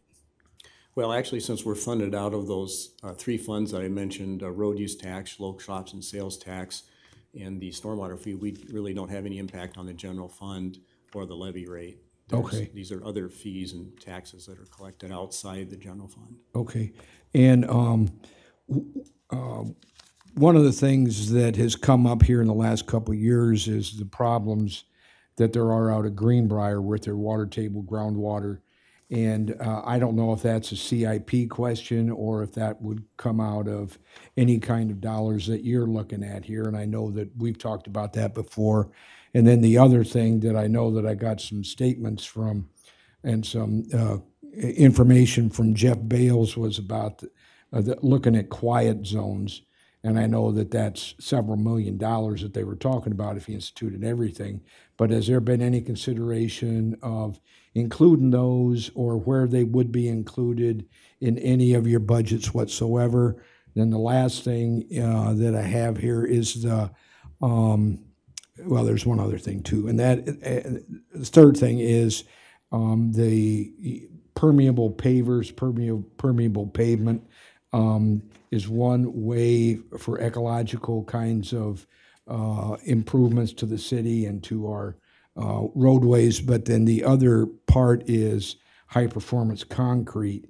And I know that that's more expensive than that, but has there been any consideration made about trying to get some kind of model project going, and maybe even looking at that when Park Avenue Bridge is considered to be reconstructed in whatever configuration that you're talking about. Well, I'll kind of work those backwards maybe a little bit. The high-performance concrete, we continue to watch that research as it's ongoing. And right now, it's pretty much, as you kind of mentioned, being used in structural type applications, not so much in paving, but in structures, parking ramps, bridges, that sort of thing. So that's something that we'll definitely stay in tune with and continue to watch, and would hope that somewhere down the line, we'd be able to make advantage of that. Right now, of course, the materials are proprietary, so they're very expensive, and that's what's kind of holding back a lot of people, I think, from using that. But I think as more and more research is done and more manufacturers maybe move into those materials, that should make it less expensive and I think easier for us to use. Also with the quiet zones and the work out in Greenbrier, those are a couple things that would take some capital funding to look into. We have some kind of basic information on both of those. You've participated in some of the work we've done on that with the railroad and with the hydraulic folks down in Iowa City on the Greenbrier situation. So it's a matter of at some point trying to get some capital dollars to maybe look at those a little bit more with some consultants and figure out what we can do there. And then, of course, they would each take capital dollars then to make improvements. So we'll continue to look at those and continue to work on that. Okay, and one other thing, Mr. Mayor, and that is anytime there's street reconstruction might possibly involve the waterworks as well as the waste treatment or sewer. Is that correct? Yes. Okay. Yes, we actually, the Waste Management Department with their televising program televises the sanitary sewers for us. And so some of them, of course, with their ongoing CMOM program have those already done. Others, they may not have gotten there yet, but they move those up on the priorities. So that's always one of the first things we do when we pick streets for recon is to have the sewers televised or pull the records that have already been televised, and we look at those and determine whether or not any work needs to be done on the storms or on the sanitary sewers. Then we also look at the storm sewers and take input from them. And of course, our list, once the council approves it, goes out to the other utility companies right away. And the waterworks is probably one of the best ones that actually gets in there and takes a very close look at that, because a lot of their water mains are underneath the pavement. So if they are to replace water mains, when we're replacing the pavement, it's the opportune time to do that. A lot of the other utilities are out in the parking, and so it's not as critical for them, but quite often, and we've had Mid-American replace gas mains and electric services and electric lines, and especially in the underground type of work. The overhead electric, typically they don't do too much with that with our projects unless there's a power pole in the way of our work. But that information goes out to all the utilities very early on in our design process, so they have an opportunity to kind of take advantage of what we're doing if it suits them. Okay, thanks, Eric. Mr. Mayor? Sorry. Just a follow-up question, Eric. Just drive around seeing all the blacktop that's cracked up. Would you be willing to take a look at also getting bids on concrete as opposed to only blacktop asphalt? Well, we do in our street reconstruction program bid both products. And so we are actually bidding both concrete and asphalt in our recon jobs. And so we are doing that. So in the street program, like where's the last street that we put in that was concrete? Well, we haven't done one in the recon for a while, but a lot of our RISE projects and of course the university project coming up, and some of those are concrete. So, you know, we're using both products fairly equally each year. May not be perfectly What's the equal. difference in cost between a concrete and an asphalt bid? Like how much more is concrete? Well, I'd have to go back and run some numbers, but I know last year we did get a concrete bid that was quite a bit higher than our asphalt bid. And we could run some numbers on that and let you know. Would it be potentially better with university project that they're going to be here now, you know, with supplies, and that would that help us get better bidding on that maybe? You know, I can't say for sure. I think, you know, there are several concrete suppliers and one asphalt supplier in the area, so they're here locally. We're thankful that we have both products available to us locally. If people had to move plants in to make those materials for our project, it would be much more expensive, but we're lucky enough to have several suppliers locally, which really does help. So the fact that university went concrete probably really won't help us too much because the suppliers are already here and they're making the product. Seems like it'd be a good thing for us to look at doing big picture wise, because I still believe concrete would last roughly twice as long as asphalt. Okay. Without having to do an overlay and all that. So. Smart. Eric, this goes back a couple of years, but wasn't the last time we got an estimate on the Park Avenue Bridge, wasn't it like $6 to $7 million? That would be correct. I believe that estimate was, of course, the thinking has been if that bridge should be replaced, it would be nice to replace it with a very nice bridge. You know, we'd like to have wide enough really almost trail width sidewalks on both sides, nice lighting, nice enhancements. And so if you get up and do a bridge, even a 2-lane bridge with a lot of those enhancements to make it a very nice bridge, because of course it is located, you know, right in kind of the center of everything that's going on in downtown. So it'd be nice to, if the bridge is replaced, to make it very nice. That does push the estimate to about 6 to 7 million. If you choose not to make it with as many enhancements and things, then the cost could be scaled back. But that estimate was in that 6 to 7 million range with all of the nice enhancements, new lighting, and things that would go along with that. And I don't know if this is, you know, necessarily for your department, but as you look at our bridges versus Cedar Rapids, Dubuque, Davenport, I mean, any of the other river cities, some of them have bigger rivers, but it seems like we have an inordinately large number of bridges downtown, all within a block or 2 blocks or 3 blocks of each other. And the idea of turning that particular bridge into a pedestrian-only bridge or pedestrian and bicycle, when you've got 2 or 3 bridges, you know, a block or 2 away to the south, what I'd call south, and you've got 2 more bridges a couple blocks away to the north. I mean, I can't imagine that traffic would even notice if we lost that bridge, and that would save us that money, but also having, you know, like food vendors out there and getting up some kind of sunshade and turning it into a much more gathering kind of place. I mean, is that something that your department would want to take a look at what other communities are doing, or is that more in planning and zoning or Main I think it'd probably be Street kind of a cooperative effort. Certainly, I think you'd want to engage many of the downtown stakeholders in that type of a discussion and determine what their thinking is too.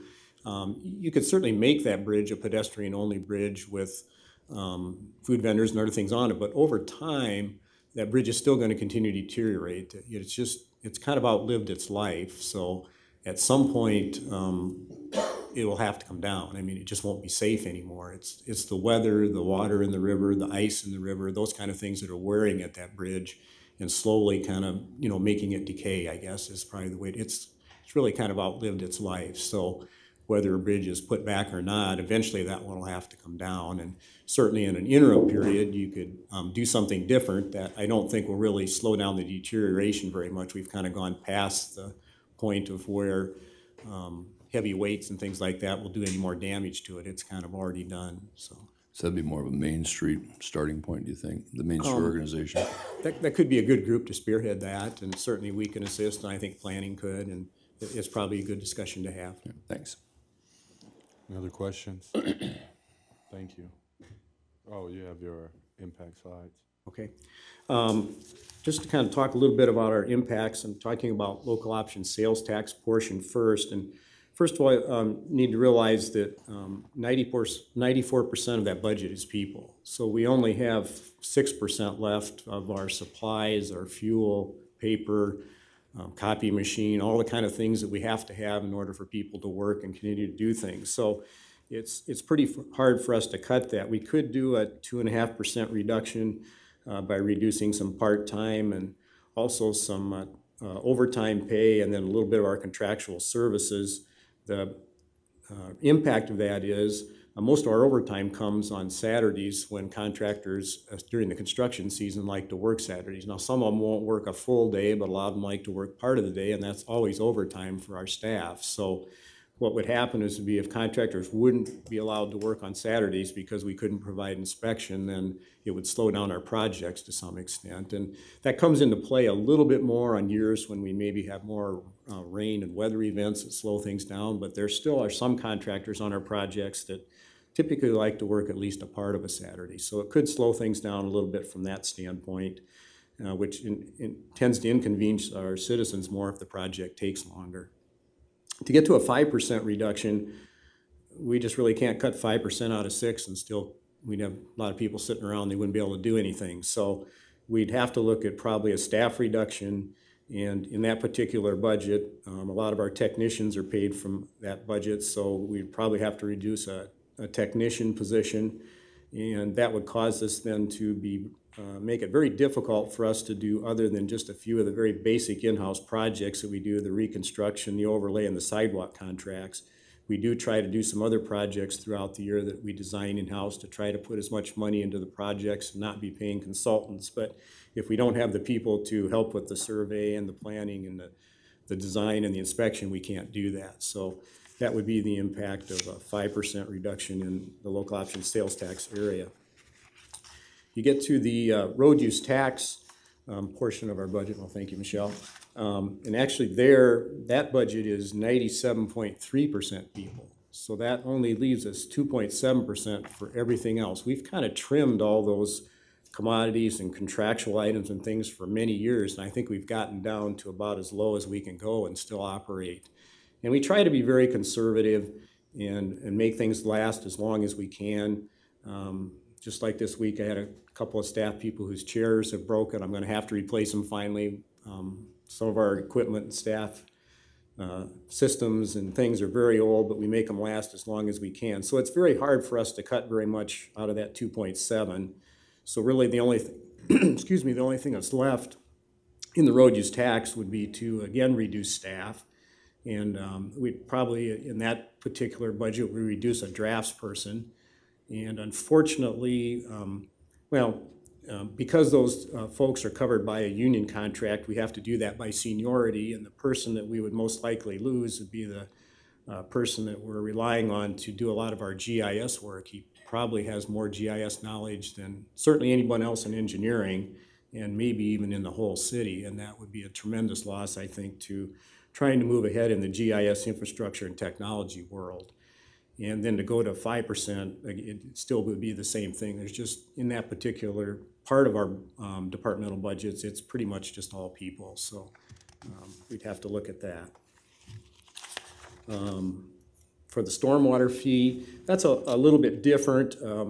That's only 58% personal services, and the other 42% is various contractual and commodity items, although there are some things there that we don't typically have in our other budgets. In order to collect that fee, that's done through the waterworks and the billing system that they use. So there are various things that we share in that billing cost with the waterworks. And there's also some sales tax that has to be paid on these fees that come in.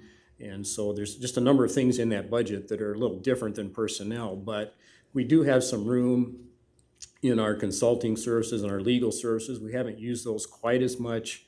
In the last few years, we're trying to do more in-house. So a 2.5% reduction would come out of those areas.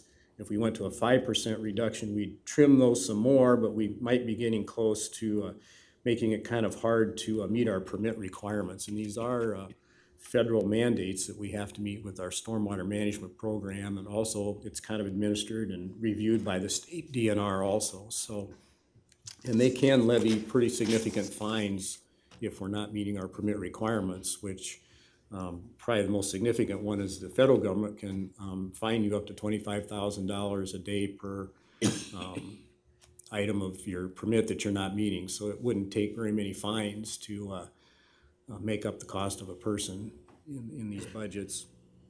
And the other part is we're working very, very hard to make sure that we don't get to a position of having some kind of a consent decree on the stormwater side. We're already working with that on the sanitary side, and we don't want to get there in stormwater. We want to keep things the way they should be and keep our permit requirements fulfilled and our reporting fulfilled. It's just one of those mandated things that we all have to live with, and it keeps a couple of staff people very busy.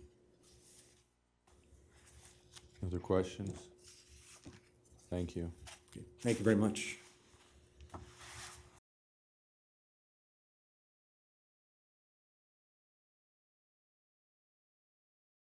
They told Yeah, me. yeah. I'm sorry. No. I thought you were asking. No, I guess they- I can't hear. I was told. apologize. No, okay, that's what, now I All right. understand. Well, we are back and we are restroomed.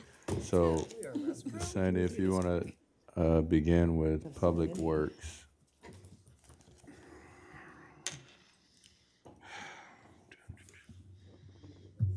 Public Works? Public Works or streets? Street will be first. Oh, streets, yeah. We're gonna do streets, right? Yes. Okay, we're gonna do the street department first. Yikes. Maybe not. Our mission for Public Works is, the mission of the Public Works Division is to provide the community with the highest quality of public services. Our goal is to be proactive in all approach to expected citizen services while demonstrating decisive reaction to the needs of the city and its citizens. These are highlights in the street department this year. We installed new bus stop pads for handicap accessible, expanded the yardway site, ditched and installed 2 culverts, repaired concrete blowups on Amesboro, repaired Park Avenue to make safe for the bike lanes, reclaimed East Big Rock Road for seal coating, reclaimed and widened Yardway Site Road for safe vehicular traffic, expanded the log dump off of Falls Avenue. We work with Leisure Services on that, and initiated the Operation Spring Clean, support of volunteers to spring clean roadways of litter.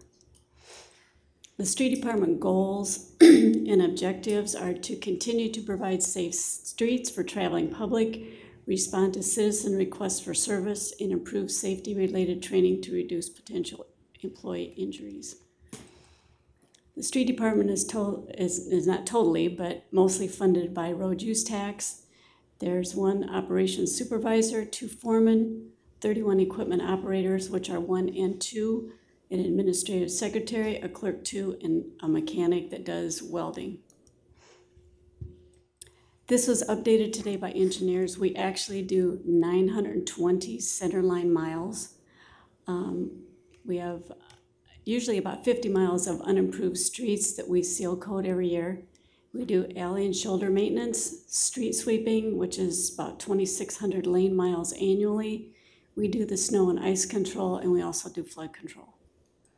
In flood control, we do all the sandbagging, and we also close the gates on Fletcher Avenue.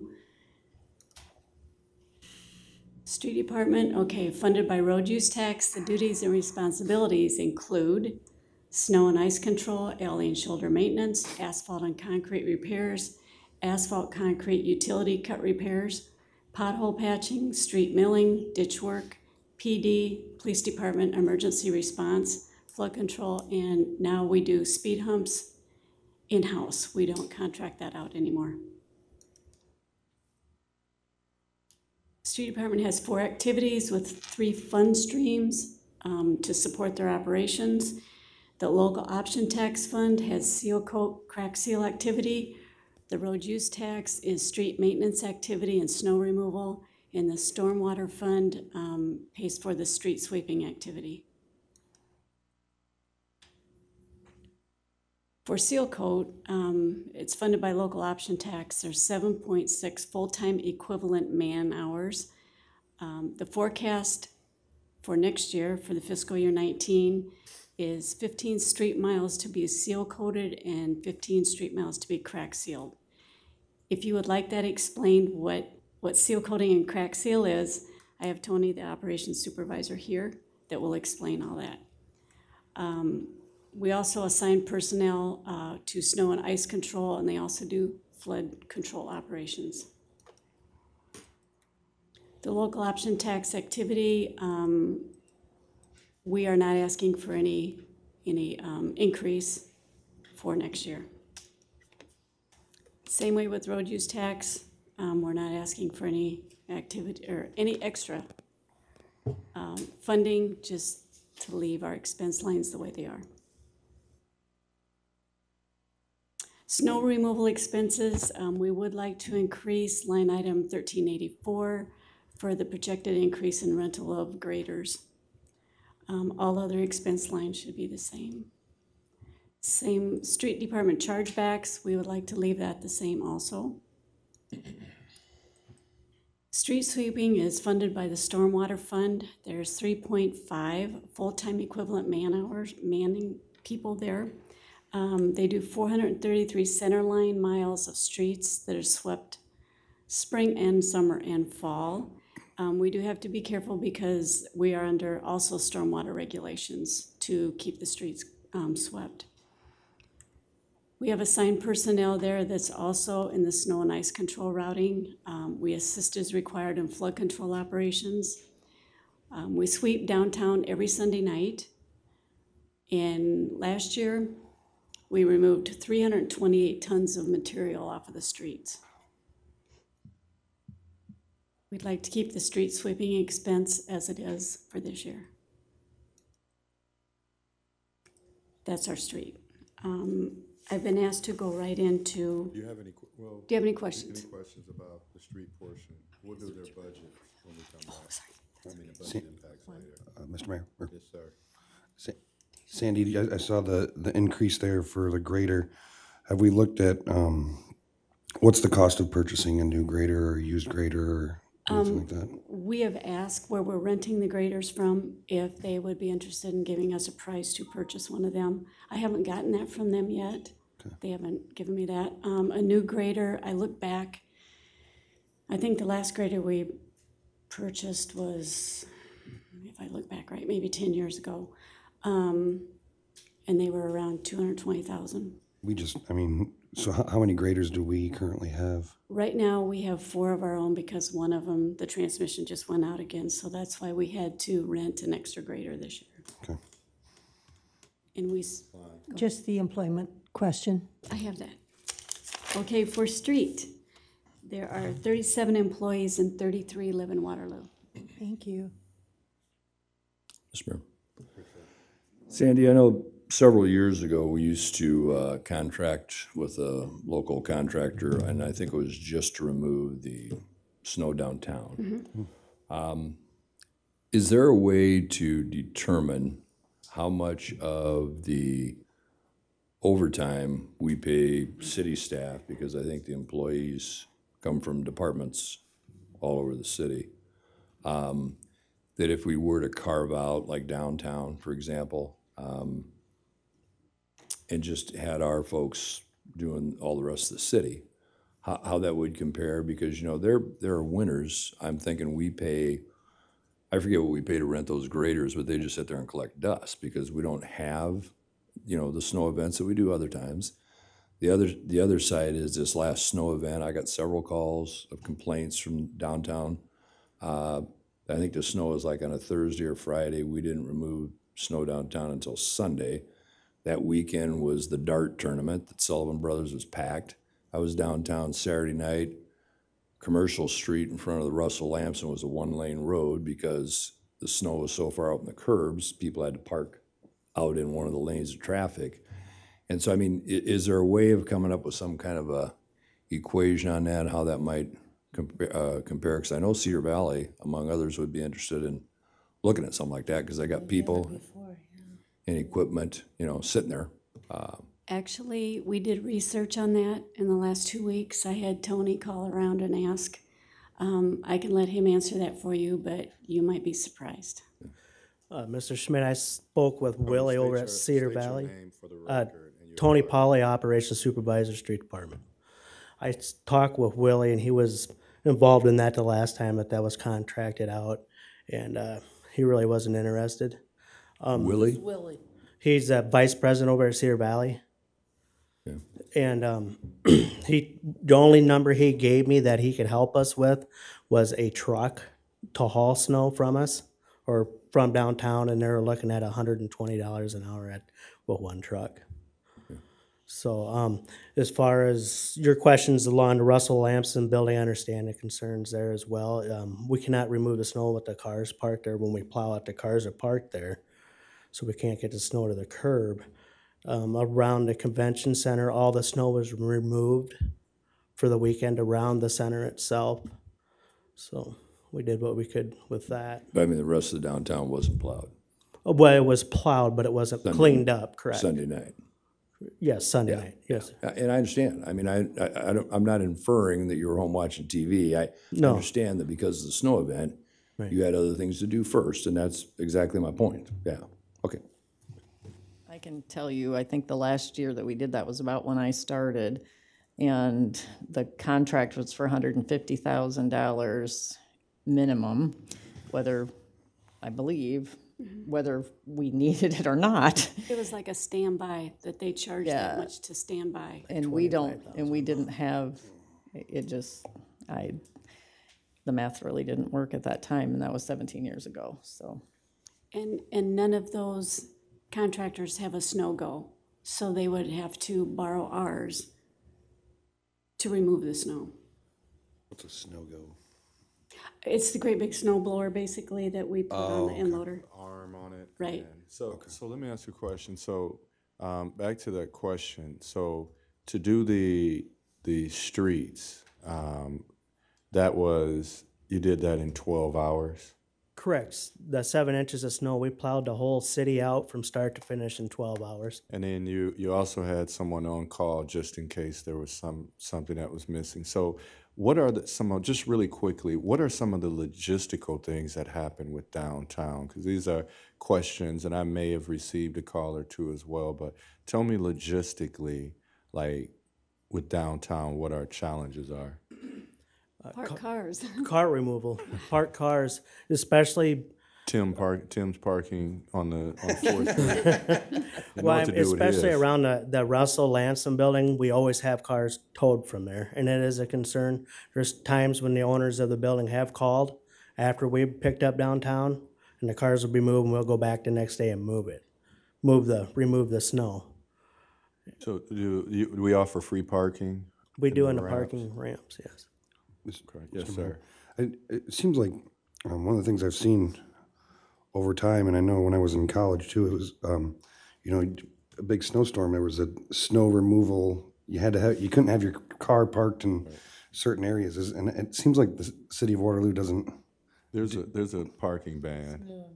We did issue an emergency snow removal. There was? Yeah, Okay. it was on KWWL and everything, but. Oh, I don't watch them, so. Yeah. All right, any other questions before we move on? All right, thank you, sir. Let's keep rolling.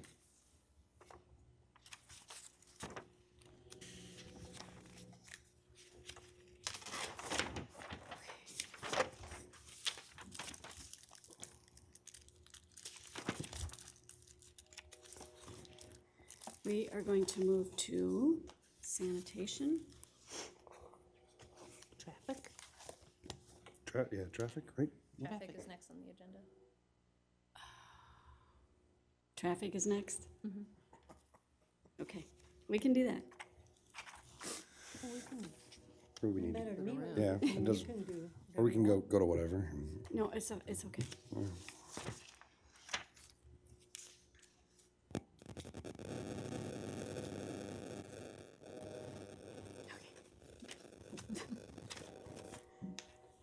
Okay, traffic operations. Mission statement is to provide the highest level of service to the citizens of Waterloo by providing reductions of accidents, congestion, and travel times through efficient and effective design, installation, maintenance, and operation of traffic control devices, street lighting, and public education. This is our organizational structure. Right now, there's a superintendent, and we have a traffic engineer, an administrative secretary, a signal technician foreman, signal technician 2, signal technician 1, an electrical foreman, 3 electricians, a sign and paint foreman, and 2 equipment operators. The traffic division has all them minus the sign and paint division. That's another division of its own. The duties of them are responsible for all signs, marking and painting of streets. We fabricate signs now for city streets, other city departments, and we do some for the Waterloo schools. We may be doing some for the county. We're trying to reach out and provide our services. They also plow and salt. They do snow removal. They are basically responsible for all of the parking lots downtown and a lot of the sidewalks. They also do flood control. They're in charge of basically putting up the flood walls all along the dike and all in the downtown area. Our overall duties and services is we have 200 signalized intersections, 30 miles of our own traffic fiber. We have 22 crosswalks, 21 prepare to stop flashers, 120 EVP, which is emergency vehicle preemption intersections, which allows the fire department to go through. They get all the green lights. About 1,800 city-owned streetlights. We maintain 19 early warning sirens. We are expanding fiber optics network. We have conflict monitor testing for 200 intersections, which is we check all of our monitors in our control cabinets once a year. We have over 1,500 locates that we do annually. We replace and repair damaged light poles, signals, underground conduits, and wire. We review all plans for overlay and street construction. We work with engineering on that. This year it'll be East 4th Street, Campbell and Fletcher, Highway 63 project. We also work on the University Avenue project with the engineers. And we have an electrician on call 24/7. Our overall duties continued. We do studies and improvements. We upgrade safety and efficiency. We set generators for power outages. We have intersection investigations. We have signal design and maintenance. We have intelligent transportation systems, parking investigations and designs. We do the pavement markings. We replace and upgrade signs. We fabricate signs. We do pedestrian ADA requirements and bicycle accommodations. We do traffic calming, which are speed humps. We assist the police department on when they investigate shootings and stuff. They come and we take them up in the bucket truck so they can take pictures from way up above. We also do flood control and snow removal. We work with the street department real close on that. Our completed projects and highlights, we did a number of LED streetlight replacements, which will give us a rebate from Mid-American Energy. We did video detection upgrades at Home Park in Amesboro, Highway 63 in West 3rd and West 9th in Washington. The Highway 63 South Signal, which is Adaptive Signal Control Technology Project, we work with the DOT on that. So we got this started through the DOT. They approved it. So this is a great asset to Waterloo. We have the Shellison 21 signalization safety improvement that was 80-20 split, so the city only had to pay 20% of that. Dubuque and Osage signalization, which is a safety improvement. Those signals are almost ready to be put into operation. Green Hill in Progress, we did a temporary signal out there. We designed it, we built it, we also installed the prepare to stop. We did the Park Avenue bike corridor transformation. That was quite an ordeal. We did the Columbus High Middle School crosswalk flashers, the Cedar Valley Sportsplex crosswalk flashers. We replaced streetlight poles and bases, numerous speed hump studies and traffic counts. We average about 25 speed hump studies a year where we get requests from the public for those. We have $1 million in Iowa DOT safety and ICAP grants, MPO-wide children traffic safety campaign. We try to work with children in the schools because that's when they start learning about safety, and believe it or not, they take this home to their parents. We had an online children traffic safety quiz where we gave prizes that were donated to us. In the Children Traffic Safety Elementary School outreach, we go out to the schools with officers and talk to the kids. And these are all safety grants, so they cost the taxpayers nothing. Our annual city line striping, we center stripe approximately 156 miles. We last year used 1,100 gallons of white paint, 1,705 gallons of yellow, 44,000 pounds of beads. We did 516 crosswalks, 93 railroad crossings, 41 yellow curves, 36 false islands, 26 speed humps, 16 parking lots, and 4 ramps. We also apply thermoplastic arrows. This is our sign shop where we fabricate signs. And this is our snow removal equipment. When you hear us talk about the bombardier, this is the bombardier. And then when we did the flood walls a year ago on the bridges and the railroad tracks. We do maintenance and repair. We do maintenance on emergency sirens, on street lights, especially you can see some of them are rusted. They're getting old. And we repair traffic accidents when we have damages done by vehicles. We did LED upgrades on Ainsborough Avenue, Oneida Street, Sullivan Park. And these are just some of our completed projects where the flashers are and the 4-way stops. Our goals and objectives for fiscal year 19 are to improve traffic safety throughout the city with local studies, linking traffic, vehicular, pedestrian, and bicycle improvements to the city's overall goals, developing and implementing a citywide fiber optics and monitoring camera system. This is our master plan. We will be coming to the council the end of March to give a work session on our master plan with the consultants. We do an advanced central traffic management system. We want to install traffic adaptive signal control system and fiber optics on Highway 218 and San Martin Drive. That is a grant that we've received from the DOT, so that's 100% reimbursable.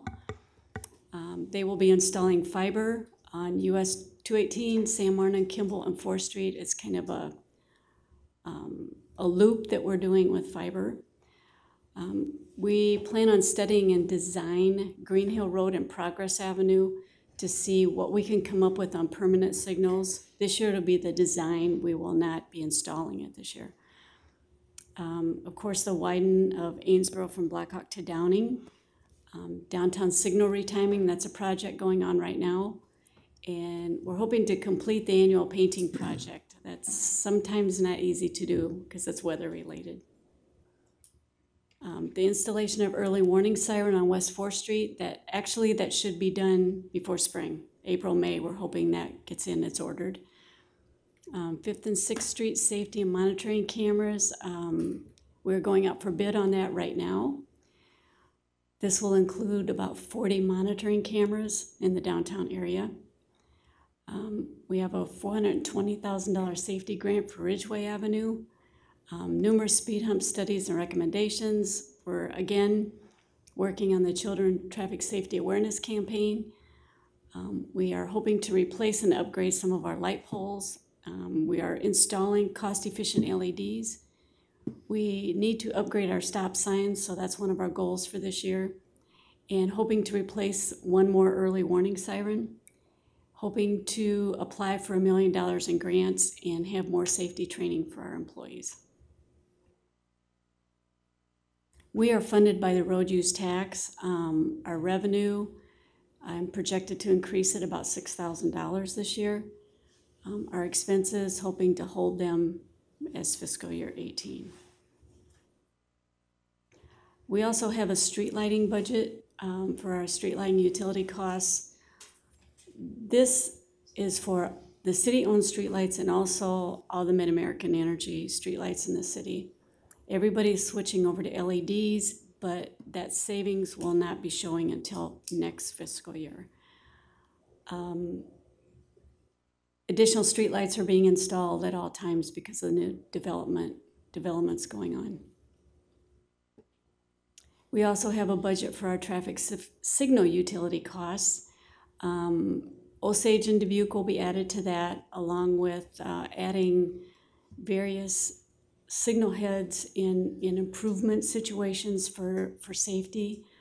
We did, however, remove the 2 intersections on 63 reconstruction. And the utility cost for last year was $43,185. I think we can stay at that and be safe.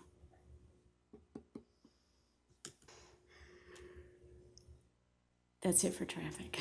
Any quick questions for traffic? Yes, ma'am. Personnel. I have that. We have, I have that wrong. Let me think. 7, 8, 9, 10. Out of 12, 13 employees, 5 live in Waterloo for traffic. Okay, thank you. Mr. Mayor. So Sandy, then if only 5 out of the 12 live in Waterloo, if they're on call and how many of those are, could all of those employees be on call? All but 3. All but 3. So if they get a call, I know my dad was a plumber for years, as you know, and we lived out by you. So when he got a call, he would start getting paid as soon as he left the driveway. Is that how it works for the employees, or no? How does that No, work? what they do is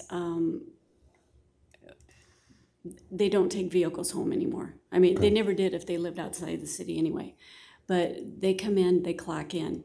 When they come in for a call, according to the union contract, they get paid for 2 hours. Okay. So if it takes them 20 minutes or if it takes them 2 hours, it never takes 20 minutes, but that's what they get paid for. So they have to clock in. So then if it takes 3 hours, do they get paid for 4 hours at that point? Is that how that contract No, works? they get paid for 3. They get paid for 3, okay. Thank you. Any other questions? Thank you. Animal control. Oh my gosh. On the screen. We're ready to go. huh? Okay, She probably doesn't have it in. okay. We've already seen the picture of that awful. Well, I don't have that one in here because that was last year. I'm sorry. Kelly showed it to us.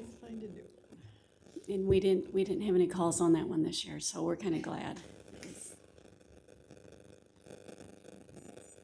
Yeah, thanks.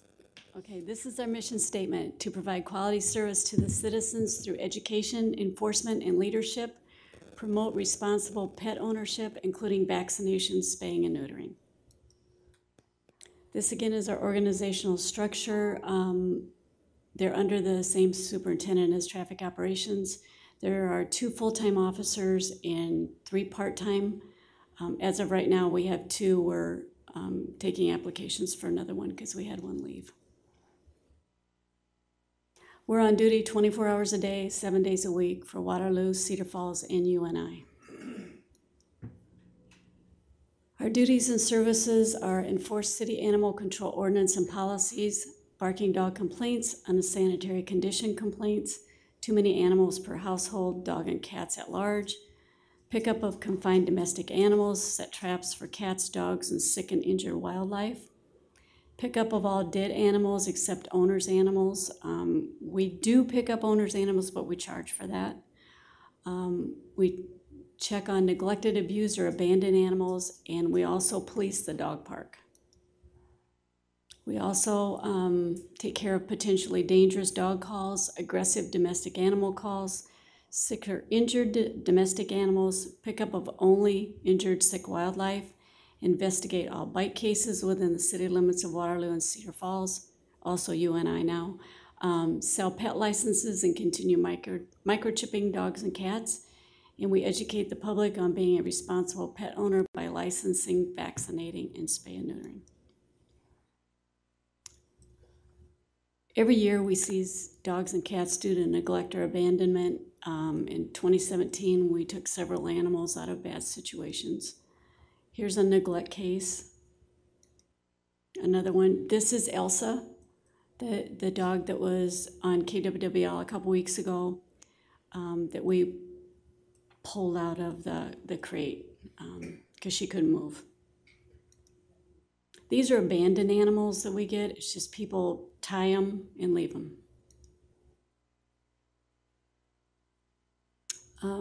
In fiscal 18, I used the one for this year right now. We did 2 searches and seizures. These are executed by search warrants. One in Waterloo, one in Cedar Falls. In Waterloo, this was just recently, we removed 64 rabbits, 3 ferrets, 5 dogs, 14 guinea pigs, 21 cats, 107 animals from one household. In Cedar Falls, out of a man's apartment, we took 19 cats, 10 dogs, and 1 turtle. And these are under unsanitary conditions. This is how we have to go into some places. We have to dress in hazmat suits. Here's the 64 rabbits. Well, not all of them, but the dogs, the cats, the guinea pigs. But we do have good things happen. When dogs have microchips and licenses, and we find them, we contact owners, and we do return them to the owners. We charge a pickup fee, but at least they get back to their owners. Non-ordinary encounters. This is a raccoon that we had to take off of a vehicle. A bird, an owl, an injured owl that we picked up, and the other bird was dumped at Cedar Bend Park. People just leave their animals. Our highlights and accomplishments. We responded to 3,891 calls of service. 3,110 were in Waterloo, 781 in Cedar Falls. We investigated 213 bite cases, 159 in Waterloo, 54 in Cedar Falls. We picked up and disposed of 752 DOAs, including deer. You can see that 74 deer in Waterloo, 61 deer in Cedar Falls. We issued 56 citations in Waterloo. We do not issue citations in Cedar Falls, the police department does. We call them out. We issued 251 warnings in Waterloo, 88 in Cedar Falls. We deemed 1 dog potentially dangerous. We deemed 1 dog vicious. A vicious dog has to be removed from the city limits or euthanized. There's no choice, they can't keep it. The potentially dangerous dog, they have to follow all of our guidelines and ordinance and register. It's pretty costly, but and then we check on them to make sure that they're following the orders. We took 383 dogs into the Humane Society, 525 cats, 9 injured sick wildlife. We do most wildlife ourselves now, and 7 pocket pets. Pocket pets are like gerbils or bunnies. We have a great partnership with Cedar Bend Humane Society. They issue city licenses for adoptions, and they get our redemptions now. So we don't have to go out and try to get our redemption money from these people, or the pickup fees, where we'd send them to collection because they wouldn't pay them. Now they get them, they pay that fee right at the Humane Society, and then they reimburse us. 1,903 dog city licenses were issued and 423 cats. This isn't our goal. Our goal is a lot higher than that, so we're gonna work a lot harder this year on that. Waterloo Animal Control now handles, like I said, all sick and injured wildlife in-house. We contract with the University of Northern Iowa to provide animal control services on campus. We just started that in August. We have a new van. This is great. This was purchased in partnership with Blackhawk County Gaming. It's great. I mean, we have had so many compliments on it, and it's safe. It has everything we need. We equipped it ourselves to save money, so it's everything we need. It's great. We have a TNR, which is a trap, neuter, and release. We work with the Cedar Bend Humane Society on this too. It cuts down reproduction of cats, and it also gives the alley cats a chance at life. They're trapped. We take them to the Humane Society. They're neutered, spayed. Their ears are tipped. They're vaccinated, and they're released back out to where we picked them up. If the property owners don't want them back, they don't go back. But a lot of people want the cats back. So we took in 84, and the public themselves took in 87 for this program. Our goals for this year, or for fiscal year 19, are to target the problem areas of Waterloo and Cedar Falls. We've done really good at that. People know us now. They call us when there's a problem. We continue to review and update the animal control ordinance, which we're working on that right now. There are some changes that need to be made that we'll bring back to council. We continue and expand the partnership with Cedar Falls and UNI for animal control services. Continue and expand the partnership with Cedar Bend Humane Society.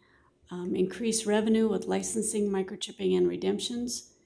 We educate the public on importance of licensing, spay, neuter, and being a responsible pet owner. We're reviewing and submitting applications for grants, and as soon as they provide an NCA, which is the National Animal Care and Control Association training for certification, closer to us, I would like to send our officers to that for training. It's a great program. We are negotiating at this time a 1.5% increase with Cedar Falls and UNI. They've been, I sent the addendum to them. We will need to increase, due to the contract increase that was approved last year from Cedar Bend, about $15,000. The reason for that is our cost for taking an animal in is like $51.25 for each animal we take in. It's not just us, it's the citizens of Waterloo. If they pick up a dog, take it in, we have to pay that. Surrender fees are $30. They're paid by the owner themselves. We don't get charged for that. But more people are taking in animals. They're finding them abandoned.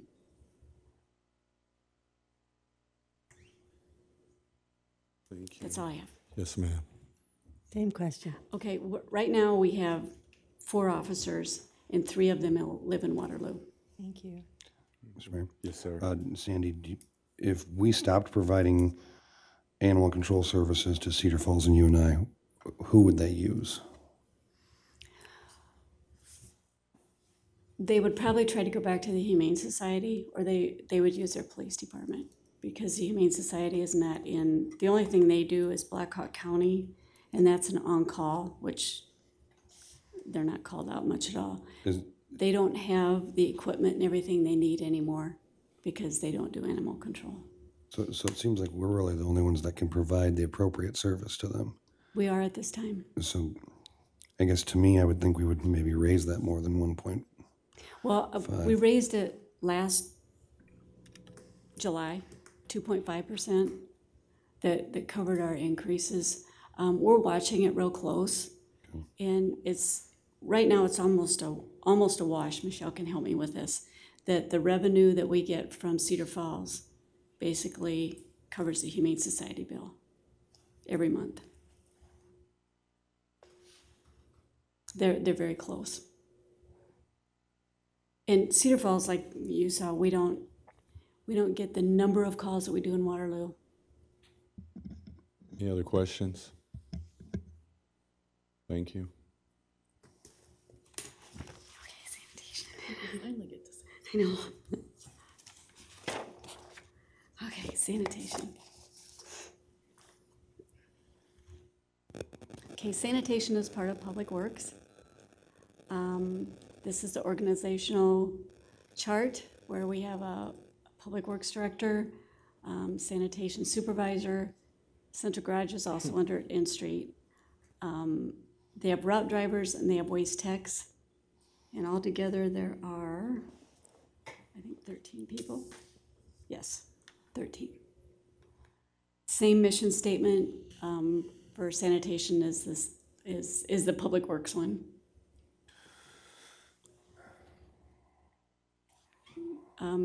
The goals and objectives are the same, basically.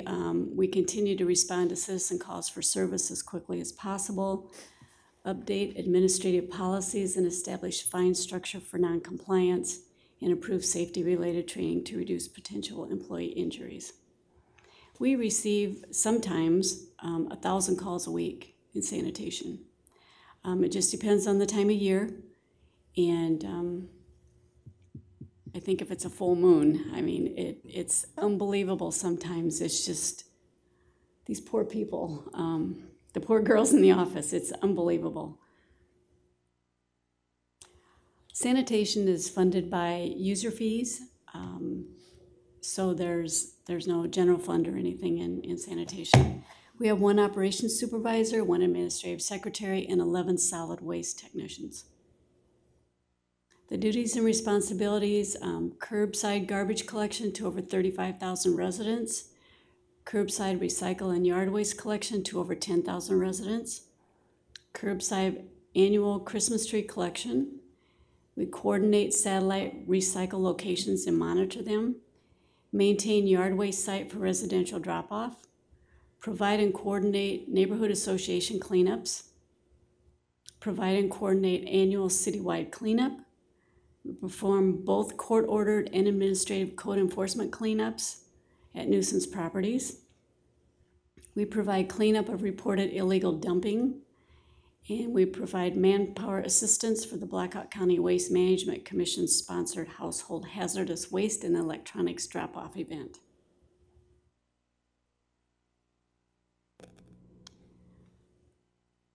I can't really answer the revenue. Michelle could do that more than I can on the assessments and everything. And you've got the numbers in your packets. Right, right. We need a little more money in things, and it's beyond our control, basically. The landfill fees increased $2 per ton, effective July 2018. So we're asking for $36,000 more to cover that expense. The increase from the recycle vendor increased July 2017 by about $30,000 a year. And we would like to add a seasonal part-time person out at the yard waste site to do the equipment, to run the equipment, which would be the grinder and out there and the end loader. These are pictures of code enforcement cleanups that Maria talked about earlier that we're called in to clean up. We get orders from them every day. We get a list, and Sam, the supervisor, can explain that, that we go out and take end loaders and dump trucks and big trucks and everything and clean up yards. And that's all I have. Budget impact statements. There's a slide for that.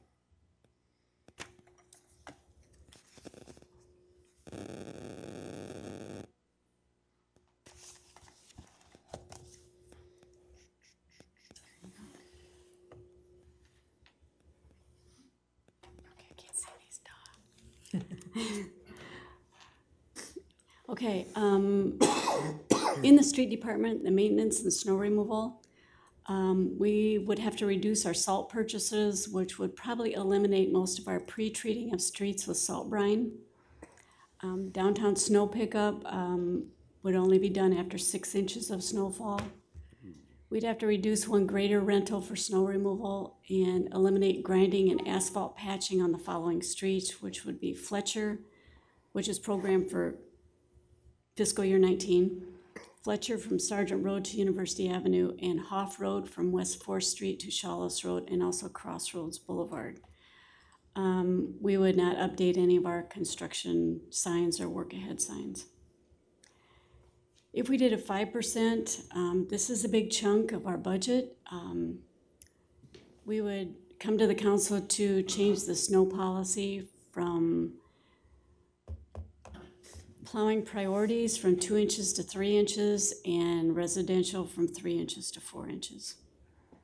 We would also not be able to grind an asphalt patch on Broadway from Dono to Airline Highway, and 2 equipment operators would be laid off when the funding runs out. For the local option tax, we would have to reduce the line item for chemicals, which would reduce the miles of seal coating streets that are programmed.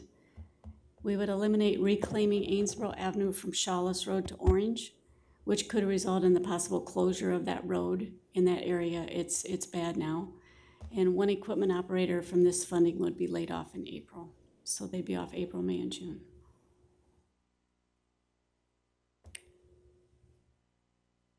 For the stormwater fee, street sweeping, fund. Street sweepers are very high maintenance. When the funding would run out for repair, the street sweeper would have to be out of service until funding could be found. At 5%, there are stormwater federal regulations for street sweeping of streets that must be met. We would reduce the downtown street sweeping, excuse me, from every Sunday night to twice a month, and would also impact the crash cleanups every time there's an accident or a crash and there's glass or debris. We're called out by the police department to sweep that.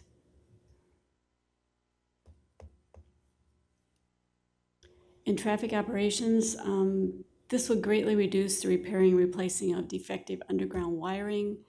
Lightning strikes on controllers. A lightning strike can just wipe out a controller, which is anywhere from $2,000 to $4,000.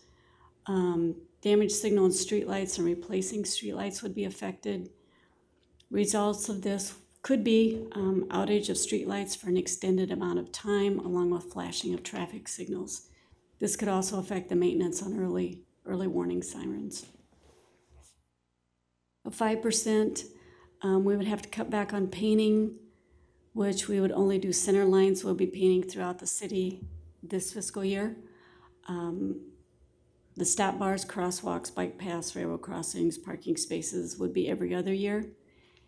We would be making less sign materials for upgrading and replacing damaged signs.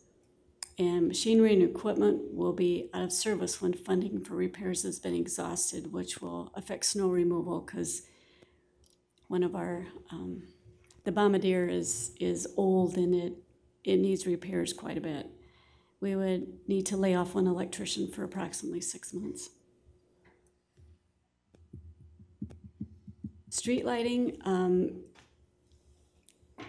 that's only utilities, so if we cut that 2.5%, mid-block lights throughout the city would be shut off or removed. At 5%, we could cut down to conflict lighting, which is intersections. This would eliminate lighting in alleys, dead ends, and security lights.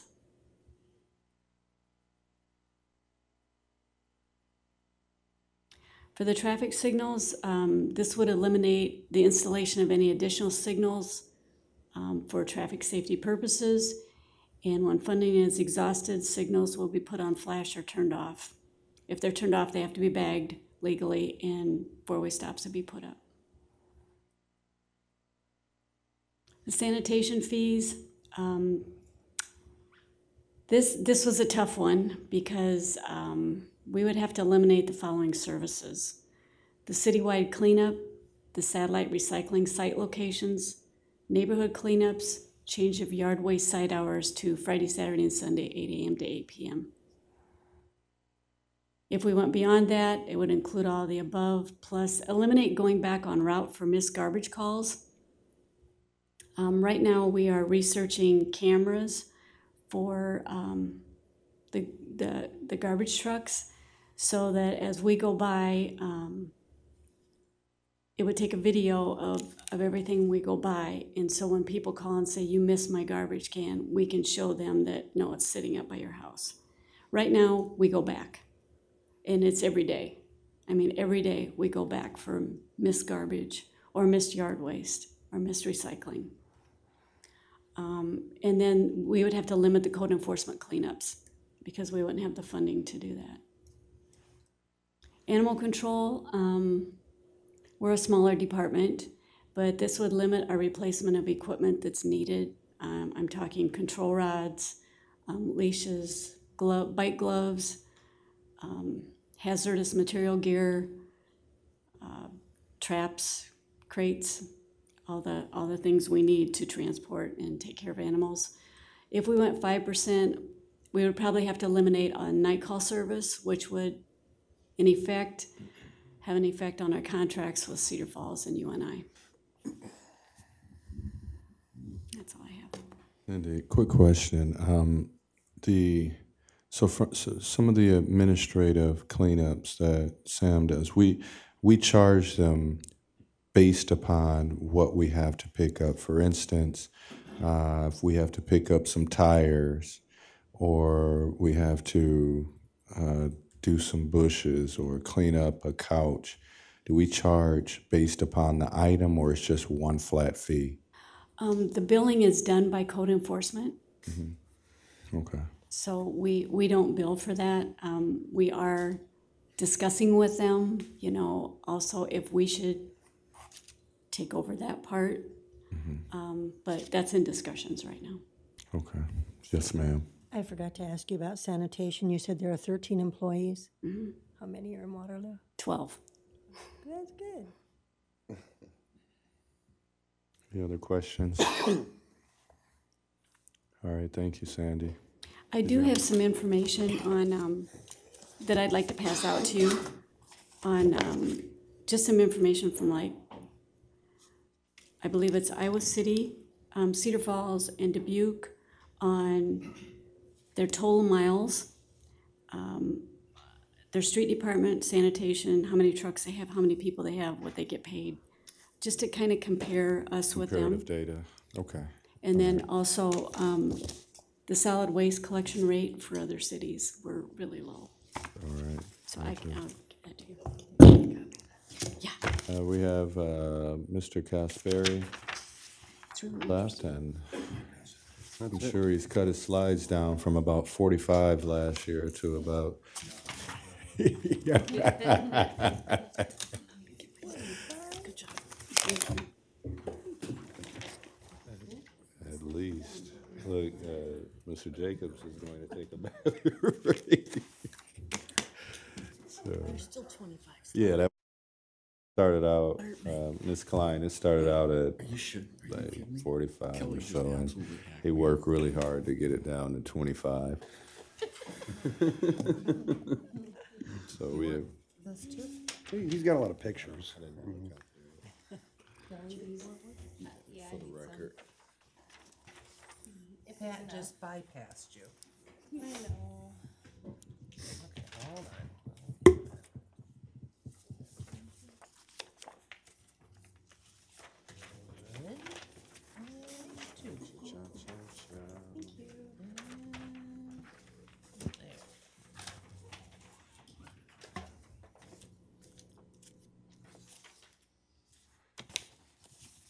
Good evening, Mayor Hart and City Council members, Keith Gaspar, Airport Director. Mission statement for Waterloo Regional Airport as follows: to use the resources of ALO to the maximum benefit of the region. Overview of duties and services to the public: provide a safe environment to the aviation public for the following: commercial air transportation services to the flying public with passenger service to the Chicago O'Hare International Airport on American Airlines, which was recently announced to consider or to continue serving Waterloo effective May 1st for another 2 years. Fixed base operation with Livingston Aviation for aircraft services such as fuel, maintenance, flight training, aircraft storage, rental car, aircraft charter services, catering, and other common aviation services to the flying public. Extensive aircraft maintenance with Sweeter Aircraft Services, McCandless Aviation. Overview of duties and services to the public. Approximately 2,600 acres to maintain, lots of miles of airfield perimeter fence. Runway 1230 is our primary runway, 8,400 feet long by 150 feet wide. Runway 1836, our secondary runway, 6,000 feet long by 150 feet wide, and a seasonal runway 624 for small aircraft only, usually for aircraft that are less than 12,500 pounds in weight. Overview of duties and services to the public: aircraft avionics, communications, maintenance related services, again, via Sweeter Aircraft Services operating from city-owned hangar number 4. We are a level 5 FAA air traffic control tower and TRACON, terminal radar and control facility, which is seeing some significant facility updates funded by the FAA. Encourage the use of ALO for recreational aviation, flying clubs and organizations such as what we have on the airfield with the Experimental Aircraft Association, Aircraft Owners and Pilots Associations, and flight training and instruction, such as the flight training program at the nearby University of Dubuque. Small organizational structure: Airport, Office of the Mayor, Airport Board, and Board Liaisons. We have 7 board members, 2 board liaisons. Our board liaisons are Margaret Klein and Chris Schimpf. Airport Director, 1 part-time airport bookkeeper, 1 airport maintenance foreman, and 3 airport maintenance technicians. Waterloo Regional Airport again, 7 members of the board and council liaisons. We've been busy in fiscal year 2008 like we have been in the past. I'm pleased to report. Completed first ever true market study and leakage analysis, completed airfield pavement analysis and study, first update since calendar year 2003. Completed a rewrite of the airport security plan, assisted TSA with the installation of a $125,000 body scanner, completed wildlife hazard assessment, first update again since 2003, completed in August triannual airport full-scale disaster exercise, and completed a rewrite of the airport emergency plan. Completed rewrites to all FAA letters of agreement with the Federal Aviation Administration Air Traffic Control Tower. By the end of fiscal year 2018, we will have completed a near $3.2 million runway joint, taxiway pavement and lighting, and pavement markings rehabilitation project to taxiway Charlie. Completed a $77,500 exterior and interior improvement project to hangar number 5. We are nearing completion right now. Today, completed a $74,000 plus exterior interior improvement project to hangar number 4. We plan on wrapping that project up by no later than the end of April. By the end of fiscal 2018, we'll have completed a $220,000 improvement project to the airport parking lot for a user-friendly parking lot payment system, or PARCS, Parking Access and Revenue Control System. Highlights and accomplishments again, we got close, but we didn't surpass, unfortunately, our 2016 total passengers by only 166 passengers, which, when you look at the number of delays that we had resulting in flight cancellations, that alone should be considered, I think, a minor victory. Again, looking at the shortfall in passengers using the airport in contrast with calendar year 2016, staff wanted a goal of 10%. We should have been somewhere between 27,000 and 27,500, but our parking lot actually exceeded a little bit. We had just over $118,000 in total for the calendar year of 2017. And we'll continue to see American service with the ERJ or Embraer regional jet, the 50-seater. Again, last summer, we got a little bit later start than we wanted to, but we started that via FA grant number 45, started the pavement rehabilitation with concrete pavement for taxiway Charlie.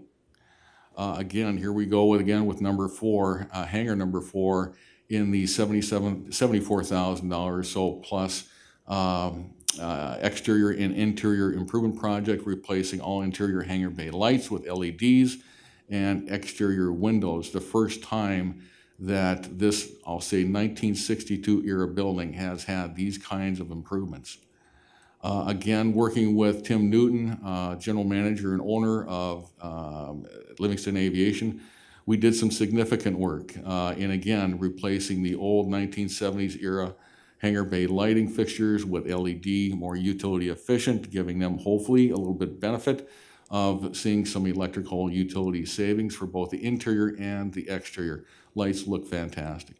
Part of that project included replacement of the gutters on the exterior so we can channel properly and efficiently the rainwater that comes off that roof. Speaking of the roof, we also spent a fair amount of money replacing and upgrading the roof system, which I think is a significant benefit and gives us a little bit of an insulation or R factor for the aircraft that are stored in that hangar. I think Livingston long-term will see some significant benefits from the use of that hangar. We supported, as far as an airport staff, 3 honor flights. We now have 3 scheduled for 2018. Those are scheduled, and we're looking forward to helping out the staff that puts that on. Is that Paul Hudding? That is Paul Hudding and his dad. Both good guys. Here is the Volair aviation study. This study was originally going to come in at $15,000. I did a little pleading and begging, and they knocked it down to 10. This is something that we showcased to 9 different airlines at a air service presentation or conference to promote Waterloo, and that airline to come and give us a look. There is the $125,000 body scanner, completely funded by the Department of Homeland Security. That's been a nice addition to the ability to expedite the security screening of our passengers flying out of Waterloo. And the nearly $100,000, I'll say, pavement maintenance management system report as completed by AECom. That I suspect that this document will be completed within the next 90 days. And this was, again, the first update, significant update of this type of extensive review of all of our pavement surfaces since 2003. This is something not to this extent, but I will recommend that we do every 3 years to kind of, in a visual, to kind of update on an ongoing basis the status and condition of our pavement moving forward. Highlights and accomplishment, department budget and administration, in keeping with the mayor's request to increase revenues, decrease expenses, and showing 2.5% budget decrease. As a small non-hub primary airport, remain financially self-sufficient if we can. This is rare in this industry with our hub size of airport.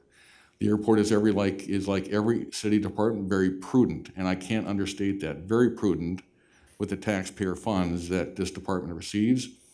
Yet with oftentimes static revenues, this is not easy to maintain. Our budget for this year is just over $1 million.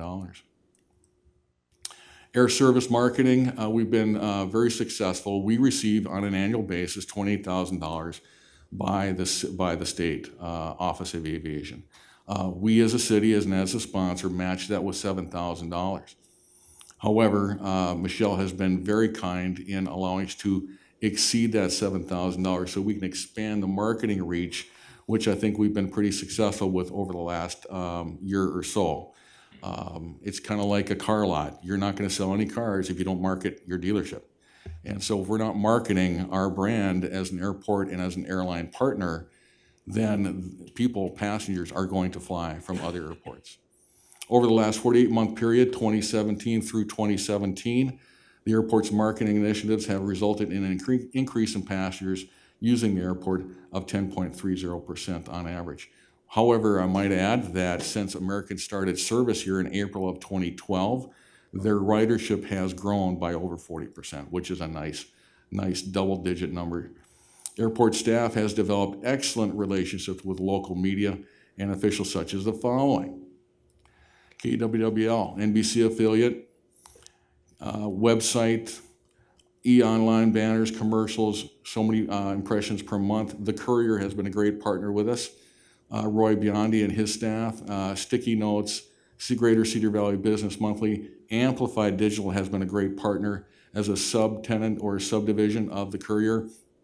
We now have an operational Facebook page and Twitter account. Radio partners have been outstanding. KXEL, NRG Media. We are a pregame sponsor for United Men's Basketball, which is always very popular. Koloff Media, located in Cedar Falls. We're on The Mix, the 1650 The Fan, and KCFI. Waterloo Broadcasting has been good for us as well. The reach on KOEL has been very, very good. KBOL has been a new radio sponsor for us, but we're going to continue that, and we're going to reach out to some of the other radio stations in town. We now have a presence on the campus of UNI with their e-newsletter and their ability to reach upwards of, on average, 80,000 alumni per month. And of course, the student newspaper, which the Northern Iowan. Some of the local, I'll say, Cedar Valley Business Monthly ads that we've had, I think it provides a great shot. It's new, it's fresh, and it's a little bit different, so we want to continue that brand. And I'll be working with Travis at the Courier here in the next couple of weeks to firm up the campaign for the balance of this year and fiscal year as well. Department goals and objectives, complete rewrites of various FAA mandated documents. That's an ongoing. Wildlife hazard management plan, minimum standards for aeronautical activities and others. Complete new concession agreements for both the rental cars and terminal advertising. I am proposing a 5-year rental car concession agreement beginning on July 1. Complete an annual tabletop disaster exercise in August. August is our month for either the tabletop or full scale. Pending approval of the CIP program, complete the installation of a new automated parking system. We recently parlayed those dollars into a Blackhawk County gaming grant via the letter of intent process. We are hopeful that we will be successful. We haven't heard either way yet, but we're hopeful that we will be selected. Complete lease agreements and signatory use agreements with the FAA and American Airlines respectively. sell old snow removal equipment that is no longer used and deposit these funds to supplement the PFC account. Complete the agreement with AECOM for project estimating services for both parking lot and street projects via the CIP program, so I can provide the council and senior staff more accurate estimates on what these rehabilitative projects are going to cost. Department goals and objectives, again, continue to encourage the use of the airport for both business and leisure travelers, in contrast with other regional airports such as Eastern Iowa Airport in Cedar Rapids, Des Moines, Moline Quad Cities, and Minneapolis, St. Paul, right up the road at about 4 hours north. End of presentation, and I just have a couple of comments that I'd like to add, if I may. The improvements that we've made to the hangar facilities, terminal building, and other, that's 100% via the IDOT Commercial Service Vertical Infrastructure Program. I can't tell you how important that singular program has been to us to upgrade our hangar facilities and other related airport buildings. If, when you get to the chance to communicate via our state legislators, senators, representatives, or if you happen to have communications with the governor and her lieutenant governor, please give them our thanks. It's a critical program for us. We took a little bit of a haircut this past year by about $40,000. The governor's proposed increase is to return that program to 1.5 for all 8 airports. We usually get just over $101,000 a year. One goal that I have for myself is better leasehold enforcement. We don't have that many leases at the airport, but the one that we do has been a long-term lease at nearly 20 years. It expires in January, I believe, of next year. That will be the hangar number 4 lease. Via the significant improvements that we've made both inside and outside, we can now, I think, justify increases in monthly rent on that.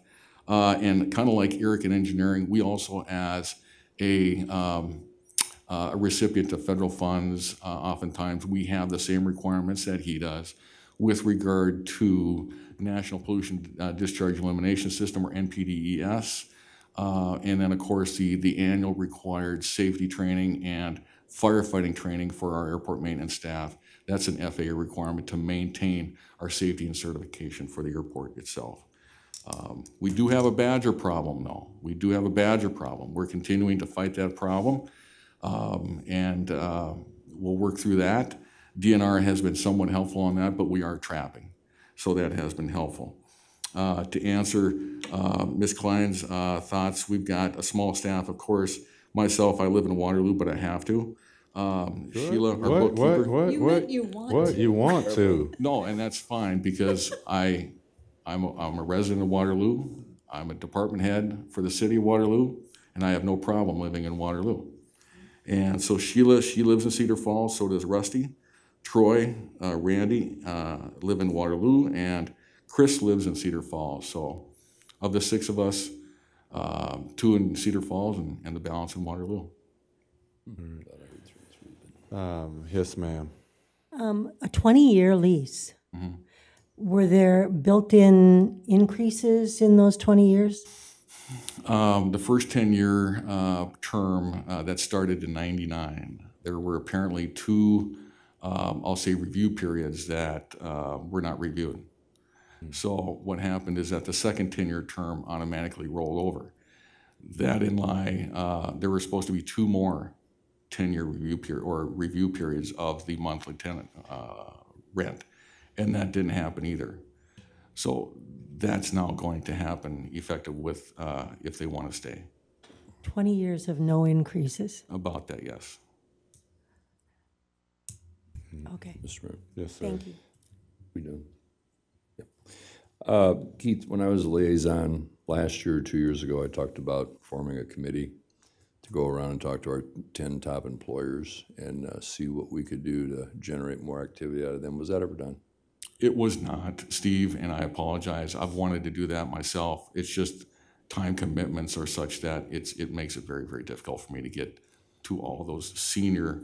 Well, it wasn't just for you. I mean, your board should be involved in that too, and you've got some good folks on that board that would be good. We do.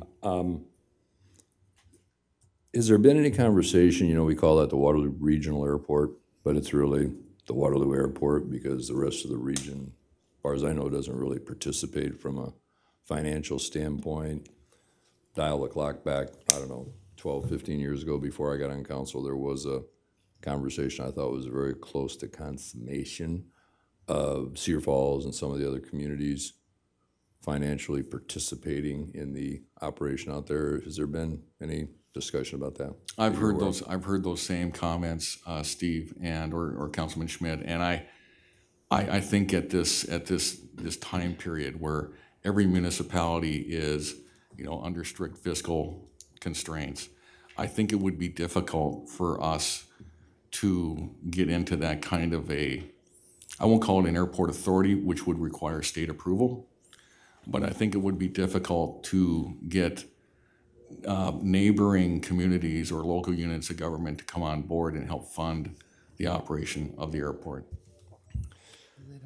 Your discussion about the lease, the 20-year lease, is there a possibility of, I own an airplane, which I don't, but if I did, I wanted to build a hangar, could I negotiate to get a 20-year, 50-year, 99-year lease, not buy the land, because I don't think we can probably sell the land to somebody to build a hangar, but get a long-term lease that would then allow me to be willing to commit to spend hundreds of thousands of dollars to build some new hangars out there? That's a great question. We cannot, as an airport sponsor and owner and a recipient of federal funds, sell the land. We can, however, issue up to a not to exceed 50-year lease with, I would say, built-in increases on a yet to be determined term, whether it's annual based on the CPI or a fixed percentage. And then at the end of the 50-year term, then the hangar would then revert to the ownership of the city. And then the terms would then increase if you wanted to stay in that tenancy. So, and then finally, I didn't notice that you mentioned much on your slide presentation about general aviation.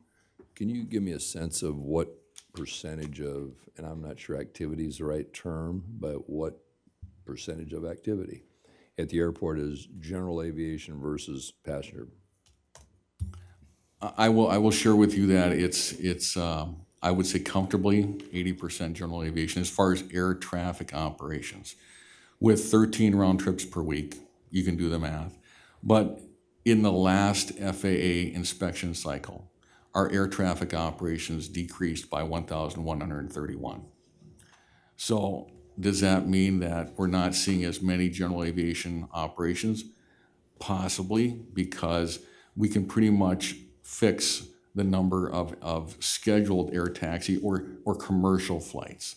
We do have our partners across the field with the Iowa Air National Guard, and they do a fair number of helicopter operations because they're a medevac unit.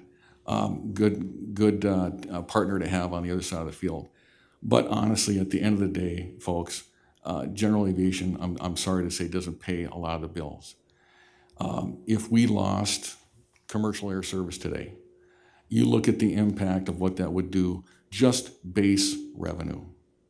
That would be a $600,000 loss to us, not including the $1 million of AIP or Airport Improvement Program entitlements that we get to rehabilitate airfield pavement surfaces and the like. So that would be significant. So it is critical that this community do what we can to keep commercial service to Waterloo and the Cedar Valley. Regionalize it. Thanks. I have a question. Yeah, two questions. Do you know approximately when you'll be advising us or coming to us with decision on the runway 624?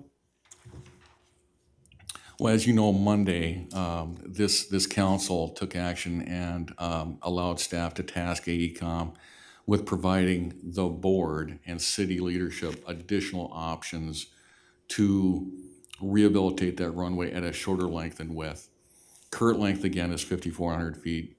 Current width is 129 feet wide. That's a very odd width of a runway. And I think at this time, I can't say that there's going to be a date out there in 2018 or beyond that the board or city leadership will take action on what's going to happen with that runway. But when you look at the PowerPoint presentation that was included in that request, it's significant cost to potentially burden the citizens for the cost to rehabilitate that runway. And in its FAA current still condition. isn't going to participate in that cost, right? The FAA, no, they've already drawn a line in the sand. They're not going to do it. And of course, the state's not going to participate either. They just don't have the dollars. Okay, so stay tuned, huh? I think that's well said. Okay. The second question is, I didn't see your budget impact. Great. I know most of your budget is not, the rumor's been that you might need to be coming to property tax funding for the airport. Is that an accurate rumor, or where does that stand? I don't know who's spreading those rumors, I but think you are. No. But I don't know. I will let Michelle answer that if you don't mind, Michelle. But I will tell you that at a 2.5% cut, and I want to be a team player just like all the department heads, the 2.5% would reduce staff's ability to provide service to the airport and airport tenants, because this is a very cyclic type of operation. Everything rolls into one another. And related expenses, fuel, utilities, purchase of office supplies, vehicle parts replacement, maintain an extensive list of city-owned buildings and fleet equipment at a 5% clip or cut. In addition to the above, additional impacts include the loss of travel and staff professional training for safety and certification, the travel loss of momentum of marketing and advertising of the airport to future passengers, and significant ability to maintain an extensive list of city-owned buildings and grounds area for general maintenance by a painfully small staff. We do a great job, but we do, at the end of the day, have a small staff. Any other questions? I have one. I don't, the latter part of my question about how much is it, are you going to come? So when we calculated the base budget, his personnel increases are $6,730. I think for fiscal 19, he can probably be okay without coming to the city, although we did give funds in the CIP. So the city is funding that, and certainly we don't charge out the cost of what I'll call central administration. So you're providing finance, clerk, attorney, human resources, mayor's office, we're all providing services that aren't charged directly to the airport. Right. So there's indirect tax support, probably are not at a place for direct. At this point, no direct other than the I mean, CIP. Again, for fiscal 19, it just based on the calculation of the base budget, we could increase it $6,730, and that's something we're still discussing at the mayor level. So. I would like to communicate to the council that today the airport staff had its monthly board meeting for February, of which that our 2 council liaisons were present, and I do appreciate their support, by the way. This was the first time in, I would say comfortably, over 10 years that the board did a real deep dive into our current rates and charges that we assess to tenants, the airlines, etc. And I'm pleased to report that they gave staff the green light to go ahead effective July 1 with a number of fee increases for the airport. Now, that's not a cure-all. I'm still very concerned about the declining lease rent revenue rates that we're seeing for farm revenue, because for years, farm revenue was our by far single largest source of airport revenue. And so that gives me some pause to concern as well. So we're going to make the best deal that we can. Right, and real quickly to one of Councilman Schmidt's question, if folks want to build a hangar, they may not be able to own the land, but that possibility is there. There's folks that have reached out to my office that have shown interest, and we're hoping that some fruit can come to bear from those conversations as well, if I'm not mistaken. Without question, Mayor Hart. Yes, and that's a great question. And I encourage development if we can. We currently have about 77 based aircraft, and that's an increase of about 5, I think, 4 or 5 over the short time that I've been here. And also, with regards to having conversations with local businesses, I think it's correct. It's other responsibilities as well. Steve Duss, I believe, at one point had reached out to John Deere's and a couple of other businesses to try to get some input on what it would take to move the needle and get some more support. And I think you kind of revamped the board as well by placing, you have a UNI staff person there, you have Hawkeye, you have John Deere now maybe, so kind of revamping things. So if that is a conversation to move towards that direction in the future, you have some key players on there as well. Any other questions? We've got an excellent board. All right, thank you. Motion to adjourn. Second. Motion be made with second. All in favor? Aye. We're adjourned. Thank you. Oh, you get